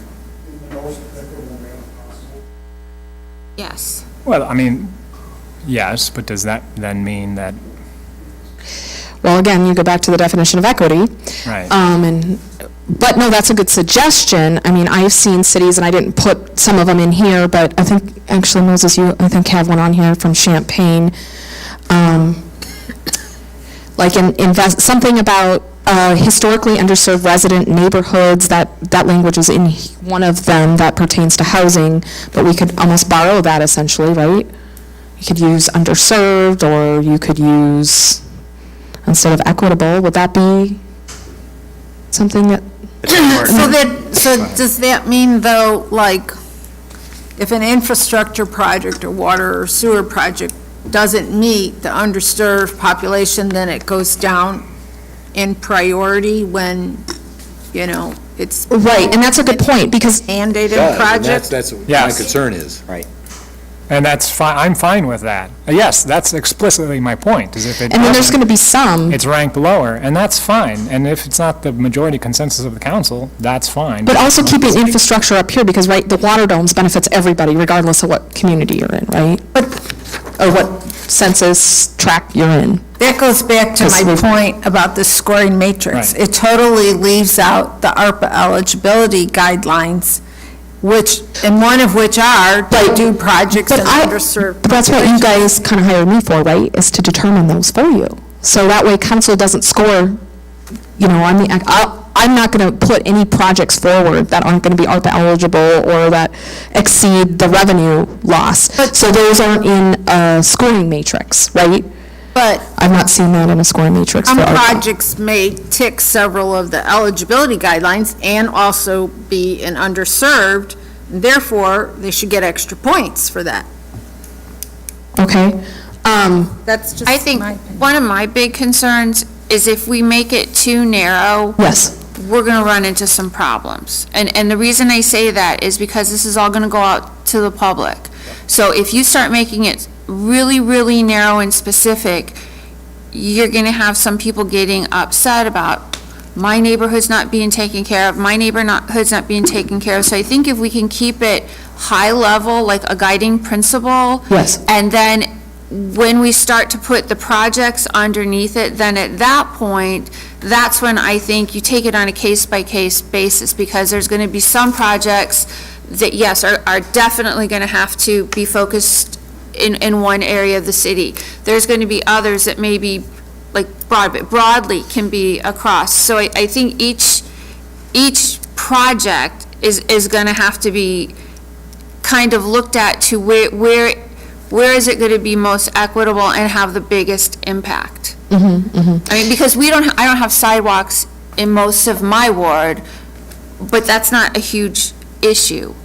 I mean, in an area where they have sidewalks and they're all crumbling and people with walkers can't walk on them, that to me is a bigger issue to fix than putting neighborhoods or sidewalks in a neighborhood that doesn't even have them. Yeah, because I don't have sidewalks in As I mine. say, I'm moving into a That's world why I that doesn't have any say- They walk sidewalks. on the street in my neighborhood. That's why I say each project's going to have to be assessed on its own individual merits, and that's why I Right. think we can work to make it more equitable so that it actually benefits the people it's supposed to benefit. And as the project forms come through, I'm going to go through and make sure they're ARPA eligible. I'm also noting other things that we'll have to provide. So some of those are going to require census tract data, so working, behind the scenes doing that.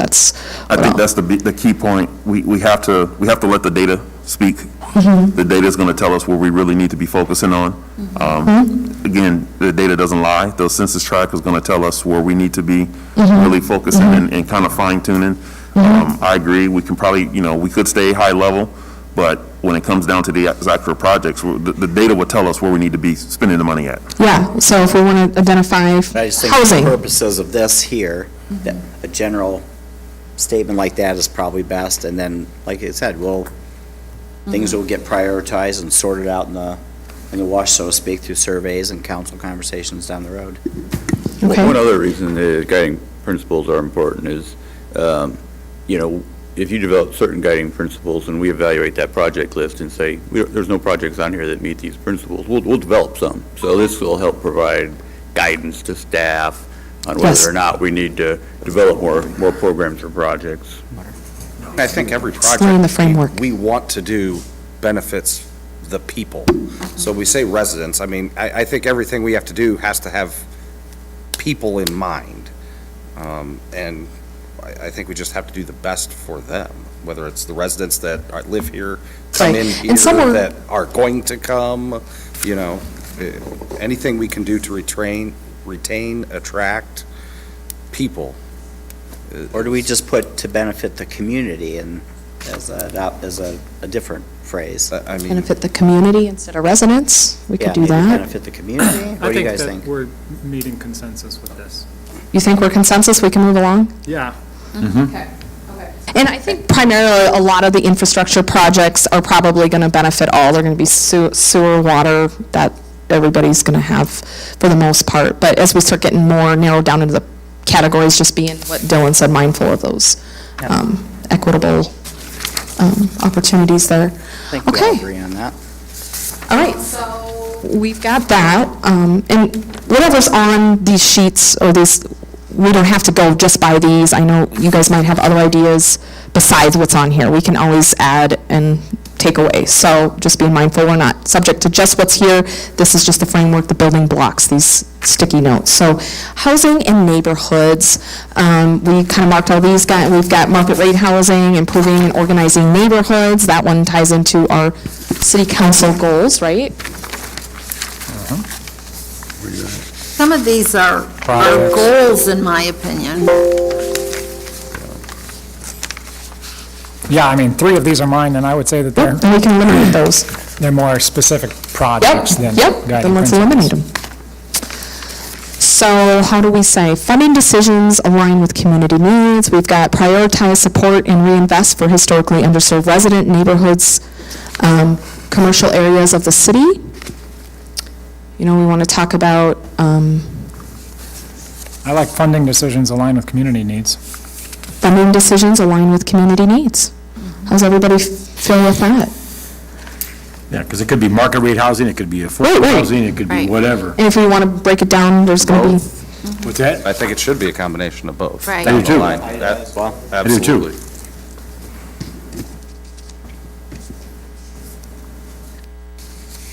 does everybody like that one? Anybody want to add to that one?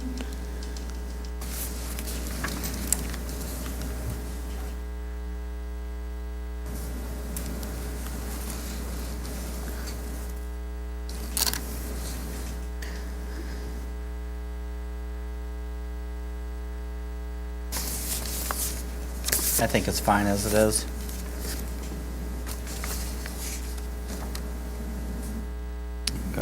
Mark, you all right? I just had, I had a, trying to determine the portion of the community that would benefit from a certain proposal. What was that? What portion of the community, a small portion, large portion, a 2-block area, a 8-block area, what portion of the community would benefit from a certain proposal? I think the entire. And at least give them, it may be an underserved, it may not be. I mean, I don't know. It's like you said, Moses, the data is going to determine. Or you question, so like if a specific project, it's only going to benefit 50 residents versus another project that'll benefit, the entire city. Is that what you're asking? That's where, I'm looking for the greatest good for the entire community. Bang for the buck? Not just my neighborhood or your neighborhood, but the entire city. That's where the criteria, the scoring matrix, Comes in place, yeah. and the community Yep. served by the program or project, in theory being more points for broader area served.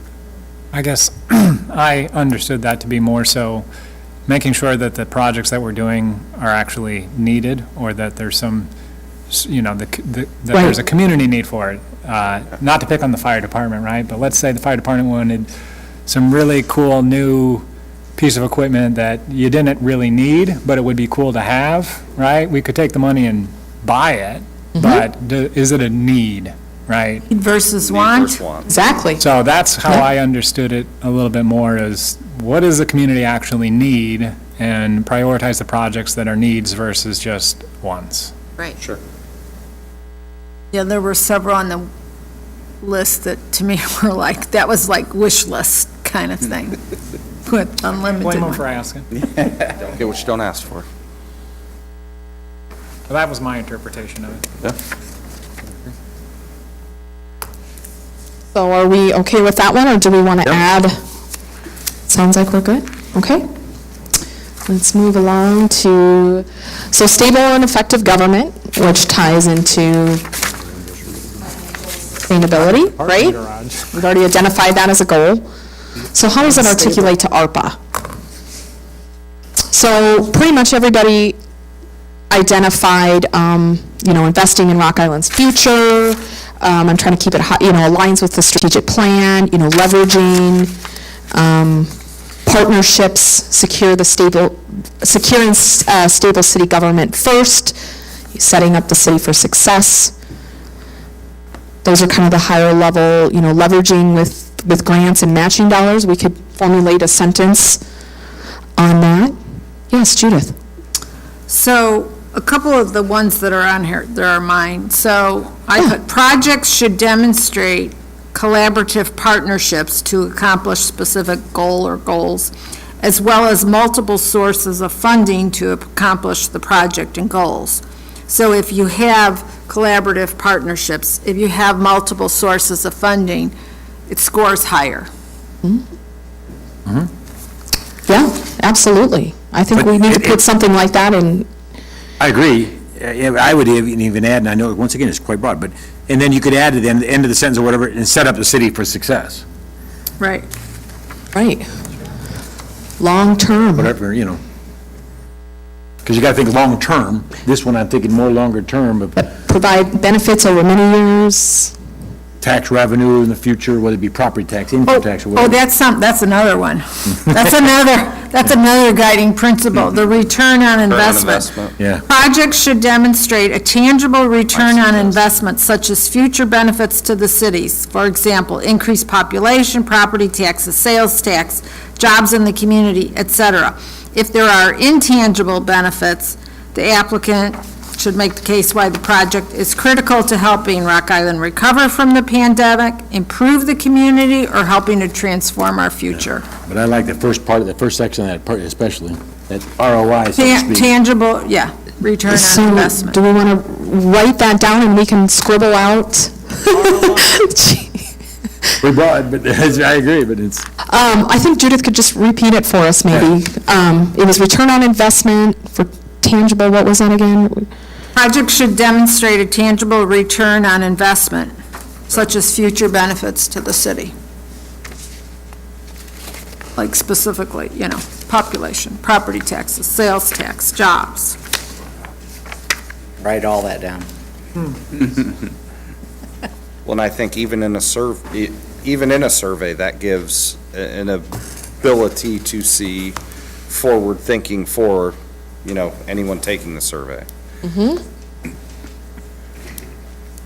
That's where you could get ideas from. Right. And I wonder if you guys want to, I don't want to get too, but return on investment could be monetary and non-monetary, right? So I want to make sure everybody kind of, I don't know if we need to add that in there, but I don't want to just think in times of dollars. It'd be good to add that in there. Quality of life is, could be a return on investment, The right? statement had talked about taxes. Tangible and intangible benefits, but when it's intangible, you got to make case for it more.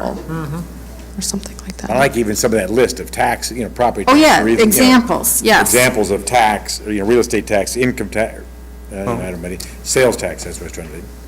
And even wellness for the community. Right, quality of life is huge. Yeah. A lot of communities are putting, residents' quality of life. What does that mean? Add those words up there? Some of our, It's up to you. what's quality of life for our residents? Gotta have the chief do it. Well, that's kind of a loaded question. Yeah, it is. is. I mean, It is a and loaded trust me, question. Some of it the is. residents are going to say, give me $1,000 and that improves the quality of my life. Yeah. Yeah, Those are right, calls I right. get. And quality of the life is more on the lines of like parks or, things like Yeah, that, and that's where benefits. I was going. Yeah. Shopping, grocery store. Well, you're not in my ward. What's that? Yeah, and then Judith, do you want to guide us to what you had after that? Return on it, so we got tangible and intangible returns on investments. Return on investments. But then I had specific examples of tangible, which is increased population, property taxes, sales tax, jobs. I know, but that's just examples. Okay, so maybe a bullet point of examples. Tangible is, again, helping us, the whole point of this money is supposed to help us recover from the pandemic. And make Want to retain impactful, long. residents and businesses. Yep, and make impactful and long-lasting investments. It's businesses. Yep. One of the things, yeah, and just, So do we list any of these examples or not? No. Well, I think No? the examples are a we get it. definition of tangible and intangible. yeah, definitely, yep. Right, Okay, But, so, go ahead. sorry. so there were two. So what about the collaborative partnerships and multiple Yeah. sources of funding? I wonder if we need to put that in another sentence, right? Number 4. Well, yeah. Number 4. Yeah. Oh, I thought you were talking about adding that. So, and what do we have for that? We've got leveraging the funds, long-term projects that the city will not have to budget for, maximizing grant funding opportunities for success, collaborative partnerships, all of those. Do we want to formulate a sentence from that? I think, well, I think we need to be real careful with the whole collaborative partnership things, because, like, when I hear collaborative partnerships, it's like working with, like, a lot of, I don't know how the right word, I mean, collaborative partnerships is really broad. I mean, it can be like, Like a no, public-private and I don't want to partnership? trash nonprofits or anything, but it's like, collaborative partnerships are, you could be working with nonprofits on this, which is a really great thing to do. But is it really a guiding principle, and is it really, is it really something that fits into the matrix of what we want to accomplish with really this limited amount of money that's going to go super fast? Right. We could maybe say leveraging funds, because in my interpretation of that, that would include partnerships, identifying partnerships, grants, other sources of funds. So maybe we can keep it there instead of specifically saying partnerships. Would everybody be okay with that? Reasonable. In the understanding that, okay. So we want to put something on the lines of maximize funding opportunities. And then, well, it says then supplement with ARPA funds as they comply with guidelines. We don't want to say that specifically, but something on the lines of maximizing funding opportunities that the long-term, how does that read up there? Leveraging ARPA dollars with other matching. Yep. dollars or. Yeah, just leverage, oh, sorry. No, go ahead. No, go ahead. Well, I was just going to say, we could say something about that, they say strategically in terms of, like, long-term, impactful, something like that, that basically stretch the dollars. Just put down stretch the dollars. So leveraging of funds that maximize, that strategically leverage funds. We'll write it, we can. Whoa, this is getting fluffy. Why don't you write with your other arm, because you gave blood today? Strategically leverage funds. To maximize projects. Yeah, because we want to make those ARPA dollars last and be as impactful, right, as we can, long-term assets or something. What do we have? Strategically leverage funds for. To maximize or, Well, but you have to leverage Maximize funds with projects. other sources of funds. well, right, strategically leverage funds. I said to maximize projects. There, okay. Yeah, I like To- that. Yeah, I do too, to maximize projects. That's pretty general. The whole point is just to leverage the funds. It's like, Right.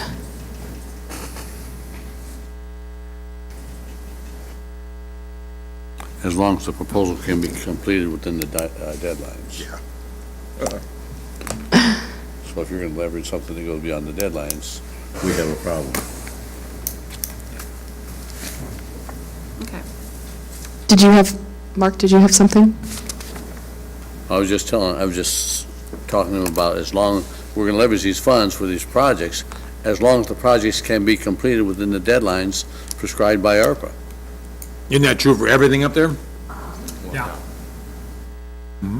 It is. But it's an important point. Or is it a given? That's exactly, I think it's a given. Yeah, I think, It's a yeah, given. I think we can. Nothing is a given. Well, just like, Government says you have this date. We have to have everything allocated by the end of 2024. We have to be cognizant And then of that. don't we have when to we're do a doing these- report on when how we're we've allocated putting it these and results of that? projects, quarterly. assigning these Yeah. Quarterly, projects. yeah, reporting. Yeah, Linda's already some reports in, so. Project that goes into 2025, that may not. Could. That may It not. actually can go to 2026. It can go, yeah. 2026. Allocated, it has to be earmarked by the end of 2024, expended by the end of 2026, is how they frame that. So do we want to add anything else to number 4, or is everybody good with strategically leveraging funds to maximize projects? Okay. All right, let's move on to the next one. We've got economic recovery and growth, and we've got several people that have said invest in sectors of our local economy that were hit the hardest. Assist small businesses and households hit hardest. We've got services and facilities that attract and retain citizens and businesses. I'm going to stay away from kind of the more project-oriented. Invest in promoting and advancing economic opportunities across the city. We want to say something on the lines of supporting, our businesses. We could say. I think I've got it. Support, you got it? Oh, okay. Chief, you ready to write? Well, let's try it. We can always cross it off. Right. How about I crossed it invest off. in economic development and small business retention? Say it again? Invest in economic development and small business retention. Yea or nay? No, I was close to that. I was using somebody's here that says support, advance economic opportunities across the community. But yes, that's, fits in that too, either way. Thinking, I thought you were going to say something, that's why I was looking at you. thinking about what Randy said and how to, Wordsmith it. yeah, yep. I think we want to invest in not only bringing new businesses in, That's right. but keeping Our current, absolutely. That's where I was going. That's our what I just current said. ones. And that's, and he did say that, and that's That what. is what I said. Retain and recruit, That because, is what I said. You wanna do both. ultimately, if you're not growing, you're losing, Correct. so, But retract and retain. the primary purpose of the funds is to help them recover from the pandemic, and we can point out numerous businesses that are still struggling That's right. to recover But from we the also need to bring pandemic. in some new, too. So we could almost say something like assist, like what Judah said, assist small businesses hit hardest by the economic recovery, and then promote something, new economic opportunities or something, so we have both of those. I have a tough time Tension just and saying just small businesses. I line with Can I- keeping. Businesses, yeah. What I said. Yep. Okay. Or small. You want to write this one down? It's small Invest in economic development and retain small business. I like that. What'd you say? Or should we take out Oh, small? my Lord, Holmes. I said invest in economic development and retain small businesses. Yeah, I like that. Retain and grow. And retain. We can do that. What'd you say? And retain. Attract and retain. Yes. Or retain and Businesses. Yes, attract. yes. I struggle with the assist part because a lot of businesses have access to other funding and recovery funding that the city doesn't have. But I also feel like, to me, assist means we're going to hand you money. I think that sets us up for failure. Oh, I think that didn't sets us say up that. for, no, I know you Okay. didn't. No, I know you didn't. But yeah, I agree. I think that sets us up for an unrealistic expectation that we're not going to be able to achieve. But that's why I like the invest part. Right. Okay, should we and retain, So invest in economic. because we're trying to retain the businesses that we have. And attract and retain. Attract and retain businesses. Do we have to But say if, small but if we're businesses? attracting, isn't that investing in new businesses in the first part of it? Well, that's an Great economic. with all the debate we done Economic before. development to attract. and Economic retain. development is Invest in broader, economic development, is yeah. broader than just attracting and retaining businesses. Okay, we can put in attract and Yeah. Oh, I don't have my mic on, my bad. No, And we you can don't. take out That's right, small. We couldn't can hear put you. attract and retain business. Yeah, we can do that. So if that is a guiding principle, does that mean that, for example, a project is small business loans, a 0% revolving loan fund? Pick your made-up project here. Is going to be ranked higher than a project that addresses housing, for example? No, I don't, I personally don't think so. I'm wondering almost if you need something separate for that. Because I mean, like for number 4, we're saying that projects that leverage funds are going to be prioritized. For project 2, we're saying, or for number 2, we're saying if a project can't demonstrate that it meets a community need, it's not prioritized. And so having invest in economic development and attract and retain, or however we're going to word it, businesses, is that saying that that is being prioritized? If it doesn't invest in businesses, it's not going to be prioritized. No, I don't think so, because we're not going to apply, every guiding principle isn't going to apply to each thing. So when we talk about, like, if you want to talk about housing, for example, we're talking about affordable housing, that would not be applicable, right? Oh, yes, it would, because as a former economic developer, housing is economic development. It is, but I don't think in necessarily this specific, I mean, we can define and take out economic development and say invest in. I would say housing would meet community needs. Yeah. Okay. Still has to match up to the data, though, right? That's right. But Oh, yeah, housing, we're going to housing show comes- census tract data. But housing can come under community needs. Right. But housing generates economic development. Absolutely. Okay, So it's go ahead and part keep and it. parcel. I mean, I think you're going to see multiple things fit in multiple categories. Right, right. Invest in economic development and attract And retain. And retain and retain businesses. businesses. Oh, so you're including all businesses? I wanted small Define- business, but. If you say small business, I there's like no the idea. definition I of small don't wanna- business. I don't Today's limit it to definition small is business. 500 employees, so, Yeah. yeah. Small one's considered 500 employees or less. Could we add something else onto the end of this too, like another line under this grouping? Council so desires. I'd like to promote tourism or something involved in, I think that, I mean, that's mine, and I That's- would say that that's too There's project specific. two of you guys But have that's that. again, I think tourism is economic I think development. so too. okay, Yeah. that's fine, Included in there. That'd be included in there. okay. Just business. I would say businesses. BIZ.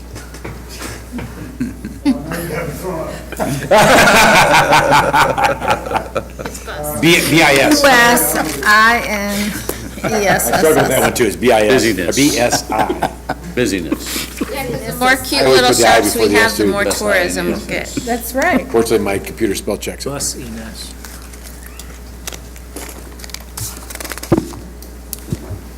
Braver guy than I to get up and write. 3 minutes. Couldn't read it, spelling would be terrible. Got a hot date. Were you trying to add something, or do we want to move along? No, we took it away from him. Okay. Thank you. Good, finally someone took it away from it. Before you got it out. You don't need the time constraints. So Samantha, in Yes. your survey, hypothetically, it's these 5. You want them to rank these in the survey that we give out, rank these. Correct. What's Yep. most Oh, important? they're ranking the Absolutely. Well, we're going to have guiding principles, yep. Yes, Yep. so what they would think rank is these. Important. Okay. Yep. Are you going to leave, Here's a survey example here. yes. Are you going to leave anything for any input from the Didn't say public, that in or- the Or draft. just the other section? Yep. Can you make that pretty Under number big? one. Doesn't it Yeah, I mean, rank it'll them? be, No, they can, for the most part, I mean, they can type whatever. I don't know, I'll have to talk to Tim, we'll have to have somewhat of a character limit. We don't want them to This example. write I a understand. essay. Yeah. But, yeah, they'll be able to expand upon that. Yeah, we want that feedback, right? People that's are going where to I'm have going with ideas that we've not even thought of. Yeah. Yes. Talk about the survey now, or are we? Well, I think we still have another, 2 minutes. Do we want a 6th principle, or are we good on? oh, we can, We haven't talked about public health and wellness. correct. So some of you had identified, we already have addressed the community need, right? We've already got that up there. Some of you identified significant financial resources to address unmet needs. That's somewhere on the lines. What about improved public health? We've got racial disparities in there, investments that improve our residents' quality of life.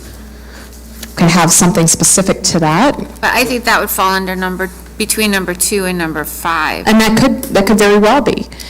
Do we want to expand upon any of these sentences? Well, I guess, Looking at these examples? We can do bullet points like number 1. well, so if we could go back to number 2. So the funding decisions align with community needs. I understand, so when you're looking at public health and wellness, that would fall underneath there. I think that and I know housing falls under that. Yep. Housing in neighborhoods and all that. Yep. I just don't want housing, I don't want housing to get lost. But I guess that does fall We're under. two different ones up there. Development, absolutely, yep. Falls under two. Would you guys be opposed to switching 2 and 1? Switching them, what do you mean? Well, is this our order, or is this? I don't think this is any That's what ranking I was- order. I was, ranking. that's what, Yep, yep. that's what I thought. So on the survey, the residents Good are going to point. rank these so- 5. Yeah, in what's order most of important? priority. What's most important? What are some other ones that should be incorporated? Yes, Okay, that's what I need clarification on. So are they ranking these Yes. guiding principles, or what you have here under number 1 in your draft survey? For example, if they're ranking public health and safety, sustainable infrastructure, just those 4 broad categories. yes, That does not tell us a whole lot of information about what their real priorities are, because like, for example, in public health and safety, violence prevention is a whole lot different than physical recreation. And in some of the meetings, we've already had a number of people said, oh, I think you should invest in parks versus vaccine outreach. I think that the examples in those 4 categories should be separated out to give us much better information about what really are the priorities, and have like no more than like 9 or 10 and rank those. Because that's, I there's think I a would agree big with that. difference okay, between we can do that. those, because those 4 categories aren't going to tell us anything. about Well, and what's going on. I just had to pull those because I didn't have the guiding principles or any discussion with I get council, so I that. just used those as an example from couple other cities. So those actually. are just Example. placeholder examples. Yeah. Exactly. So Yep. in replacement of those will be each one of our guiding principles right there. Right, and then also, well, There'll be yes. subcategories or something below it, Yep, right? yep, just like what, well, Judith, do you want to, I'm just. why don't you reiterate what you were saying, because maybe we all weren't following. Judith, I think to answer your question, what you see on the screen is not going to be on the survey that the residents Right. ask. It's But- going to be those But if 5. we want to identify what the public sees as important in terms of funding, what we fund using this money, then that is not sufficient. We need, That's the role of the Examples. matrix. no, that's strictly for city Yeah. department projects. That has nothing to do with the public input. Actually, this is just for us. Are you referring to, Yeah. like, so let's just say the housing, for example, like maybe underserved or market-rated housing? What do you find more important? Are you talking about a breakdown of different things? Well, I'm just yeah, trying like, to- so like categories, like water and sewer upgrades. Broadband would be another category. Housing. Yes, so those are the buckets, They're and one. public will be doing that at a later time. Yep, with the monopoly one. Okay. So on this first survey, Funding recommendations and buckets, that's in phase 2? What you're talking about? so this first survey is going to go out with these 5 things in place of those 5 things. And the community's going to rank each of these 5 in their order of importance. Is that what the survey's doing? But that's, what is that really going to tell us? Yeah. Could we do where the guiding principles are? Yes. There- Where it's blank. Could we do that would be survey number 1. Okay, Then where it says number 1, could we break it down into, say, 10 things to get? yes, we can certainly do that. So we're getting a true basis on the public's guiding principles. Mm-hmm. And then basically break it down under that, market rate housing, Right, because when you look at this, just like we're sitting here around talking about, yeah, well, that falls under this, but if you're the public, they don't know what all falls under what, but if you give them choices or of what those things are. About this, we list the guiding principles, but then generalize those in these boxes. So in other words. Yeah. Yep, that would be number 2 then, we can do that. Infrastructure, and then you would just throw that like that. Just like I have it, sustainable infrastructure, yep. Number 2 would be what this means. Yeah, I think that's what we're all. Yeah, that's what I'm- we're all agreeing. It's pretty much just like taking your notepads like we had here, but putting that into some context where they can understand what that means. Absolutely. Layman terms. Yep, and that's kind of what that addresses there. Can Can we go back to number 1 for a second there? Just add, there's something in there that just wasn't missing, and where I'm seeing reduce future liability issues. Could we also add reduce current operating expenses and/or future? We certainly.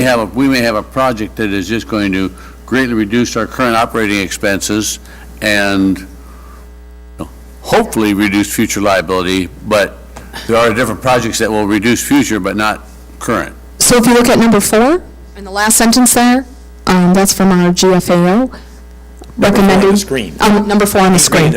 I'm reading it from number 1. Oh, okay, yeah, but I'm saying, Turn around and look at the screen, number 4. I was looking on this one, I'm sorry. there. Number 4, however, care should be taken to assess any ongoing operating costs that may be associated with the project. You could say something on the line of liability issues, take that out. But we're not being specific, and guiding principles should be specific. What do you mean by specific? Because there's supposed to be kind of a framework and overarching Is it measurable? building blocks. Is it measurable? No. What do you mean measurable? For the guiding principles, are they measurable? We're not measuring that. We wouldn't measure the guiding principles, right?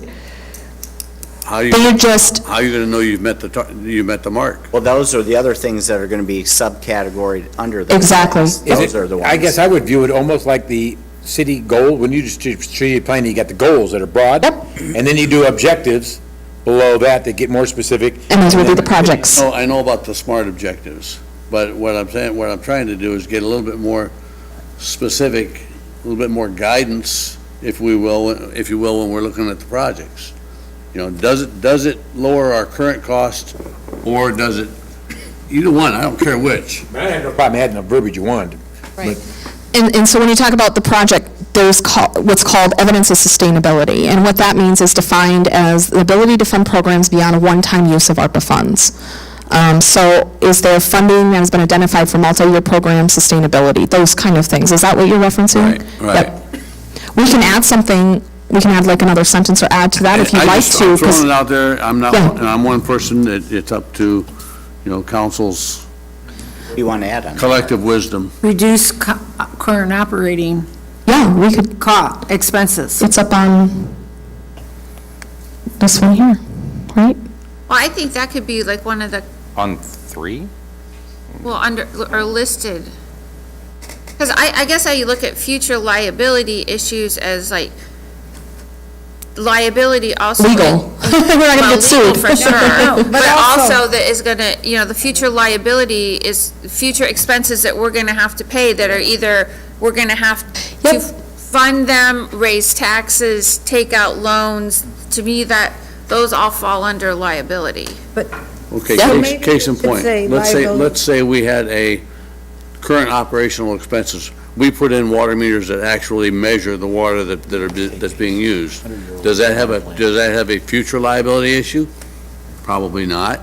But over the time, it's going to benefit the entire community. Right.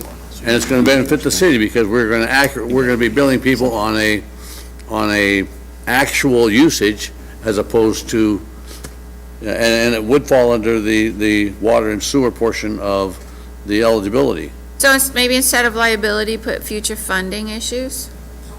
Or infrastructure to benefit residents and And again, reduce. if you guys think I'm crazy to hoot, just go ahead. No, I think you're on something. Future ongoing operating costs? Maybe financial There liability? you go. Yeah. Future financial liabilities. Are you okay with that, Mark? I'm fine with that. I just, again. Does that address your point? Actually, it broadens our view of it. It gets us up to the 51,000. So you like it? Yes. Okay, so future financial liability. Future, Anybody have a okay. problem with that? Yep, so we can just put a little, Thank you. I was thinking on the lines of something about No. That's what it's about. ongoing operating costs. There's a lot of them put those in their guiding principles, something on that lines, which that addresses that, I think, future funding liabilities, right? Now, do we need to have something on there about, the fact that we're gonna, first and foremost, replace that $10 million is gonna go to the city to replace lost revenue? I Is mean, that is a- that something that needs to be on there, or is that just an assumption? I wonder if that's a given or an assumption, or does council want to add that? In my mind, it's kind of more of an assumption. If that's I going mean, to I be the think for us decision, it is. then it needs I to be don't know. public. But right, no, Residents. exactly, yeah. Less than that. Why Because, not do the max? You can always, once again, it's the type of deal, why not put the max 10 million in? Even if part of that 10 million goes into something that's ARPA eligible, Right. no harm, no foul. Right. right. And at least you got the max there that you have that flexibility. And no matter how hard we try, residents aren't going to understand what's eligible, what's not eligible, what covers under, That's right. lost revenue, because they still want us to fix the streets. Right. Okay. well, Even if we spend all the money. We would fix like, 27 million on the streets, it still wouldn't be enough. I wouldn't even probably know this, honestly, right? Oh. Right, Bartels? But that is their biggest thing. We could do 12 streets. I would just Throw in like the lottery. to concur with what Alderman Healy said. He said, have them rank the 5 guiding principles, and Okay. then give them 10 choices for types of projects I and would say have them something like rank them. I think it gives us more information. I think in Okay. this process, the Yes. more information we can get, the better off we are. And we can add that, I was We going don't to, know what we don't know. absolutely. I was going to do that with the buckets, but let's go ahead and add that And that's here. fine. I mean, As I thought it was No, I- later on, the next deal. But we can go ahead and add that here, right, Tim? Yeah, I think it's a good idea. Yep, I think it's a great We'll put together idea. a list Mhm. of 10 or 12 categories and send them out to. Can we just get submit, input. or have us, you submit ideas to us, we submit ideas to you? Yep, I sounds mean, good. Are you guys okay with that for the time Or savings here? maybe you guys go ahead and pick the 10 items and then send them to us. And Yep. then if we're fine with it, fine. If we want to add, we could. Absolutely, absolutely, I'll do that, and then get council feedback. That'll give you a bigger number too, if, Mhm. because it's a sliding scale of 1 to 10, so if this one is a 9.2, or is this one's a 5.6, and one's a 1.7, we at least know the majority of the community does not support this, so. It's clear they can't use one number twice. So- They would prioritize this kind of, Yeah. everything's Right. priority 1. Yeah. Right, All the way right, down, exactly. you know? It's like, So to clarify, we're going to rank still the principles? yes. Do we, Or why don't we that's a just good rank question. the stuff that's Why don't we just underneath rank the the stuff like this principles survey instead? and then have the guiding principles guide them? Yes, I would say not Yes. rank Yeah, the that's fine. principles themselves, but That's right. the, Like how I have the survey up there right now. there you go. Because I don't know how you rank those, because they're all they're all needed. even. They're all But I didn't understand why we were ranking them in the first place. All right, there you go.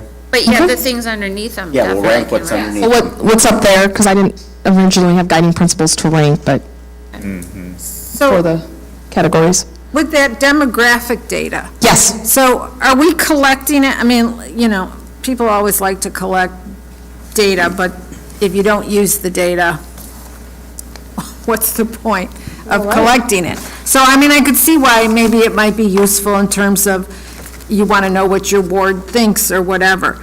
But if we're going to collect demographic data, then are we going to correlate it with the ranking to see if there's any? absolutely. That's what other cities, I wish I would have an example for that. So like the city of, I'll use Lexington, Kentucky, because that's where I did my undergrad, and they did an awesome job. Actually, they're an urban county government, but they actually ranked, they provided detailed information to their council based on demographics. So like age, like if you want to know what age group, what was the most favorable in the young age group compared to the older age group.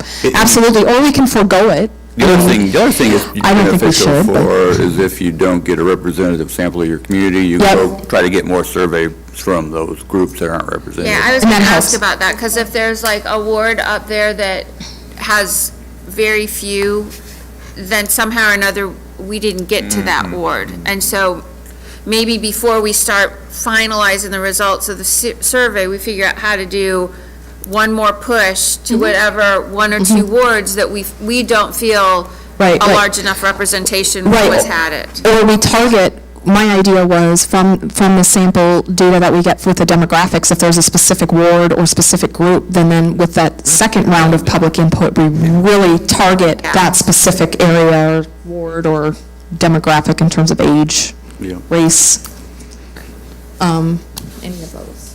But yeah, I think it's important. I've always used demographics in any data collection that I've done, but yeah, and it gives you, like you said, the sample size, all those quantitative, it's fun quantitative things.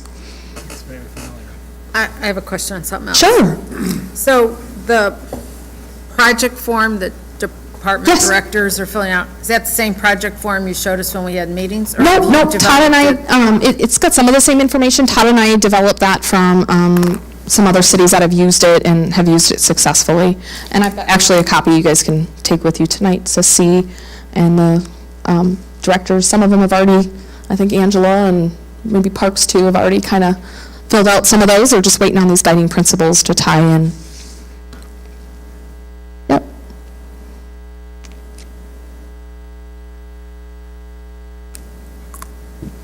I'm good with those guiding principles. Is there anything else council wants to discuss? I know we're not here to, we don't want to talk about projects, but is there anything else that anybody wants to discuss? I think it went well. Are there any other guiding principles? I know, Judith, you had a couple that anybody wants to add, because we can certainly add, 4 to 6 is kind of the magic number. We could go over that, if we needed to. No. I think any more than that is going to get, It is, it gets convoluted. Start including all the stuff below there. I think that's plenty. 5 is a good number, and I think a lot of it aligns with our new goals. Exactly. So, Exactly. economic development. Placemaking. Bye, Mike.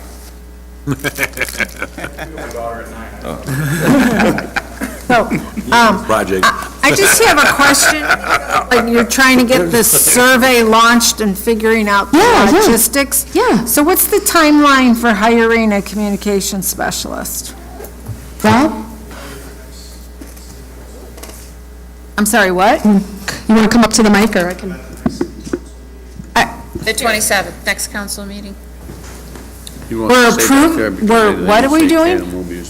They would be at the next city council meeting, we had executive session. contemplated, Okay. involving the council in the process, and we thought we might do that. We need to schedule that, and then after that, we should be in a position to make a decision, so. What's that?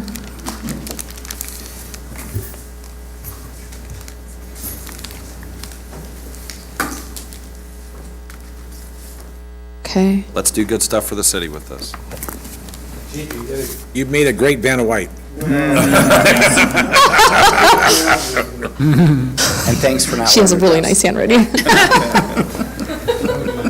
Light that way. What are we going to do without the chief? All right. Oh, I'm wondering that myself. No. All right. And a motion to adjourn? Second? Everybody, okay. Make sure, Everybody's are we good? taking care of everything you wanted? 8, 9, 10 here? That a boy, Bill.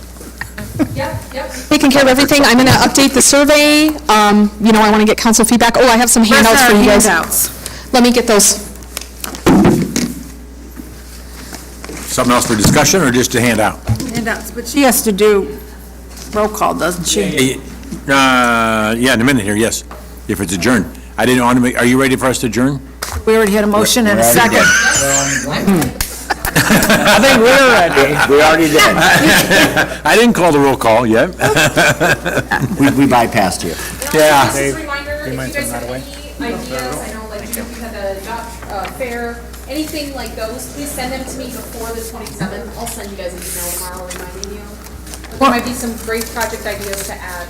Well, and the only reason why I had suggested that is so that our businesses aren't looking for a handout. But what's the biggest, number one problem most of the businesses have? They can't hire staff.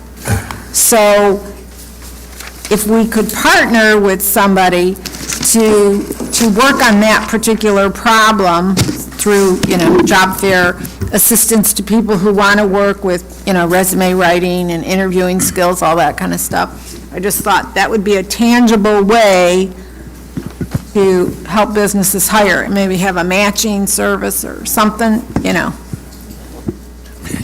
Swipe right or left? All right, we have a motion and a second to adjourn. Any other discussion on that? Roll call. Alderperson Hurd. Yes. Alderperson Gilbert. Aye. Swanson. Aye. Parker. Aye. Poulos. Aye. Healy. Aye. Robinson. Mayor, no.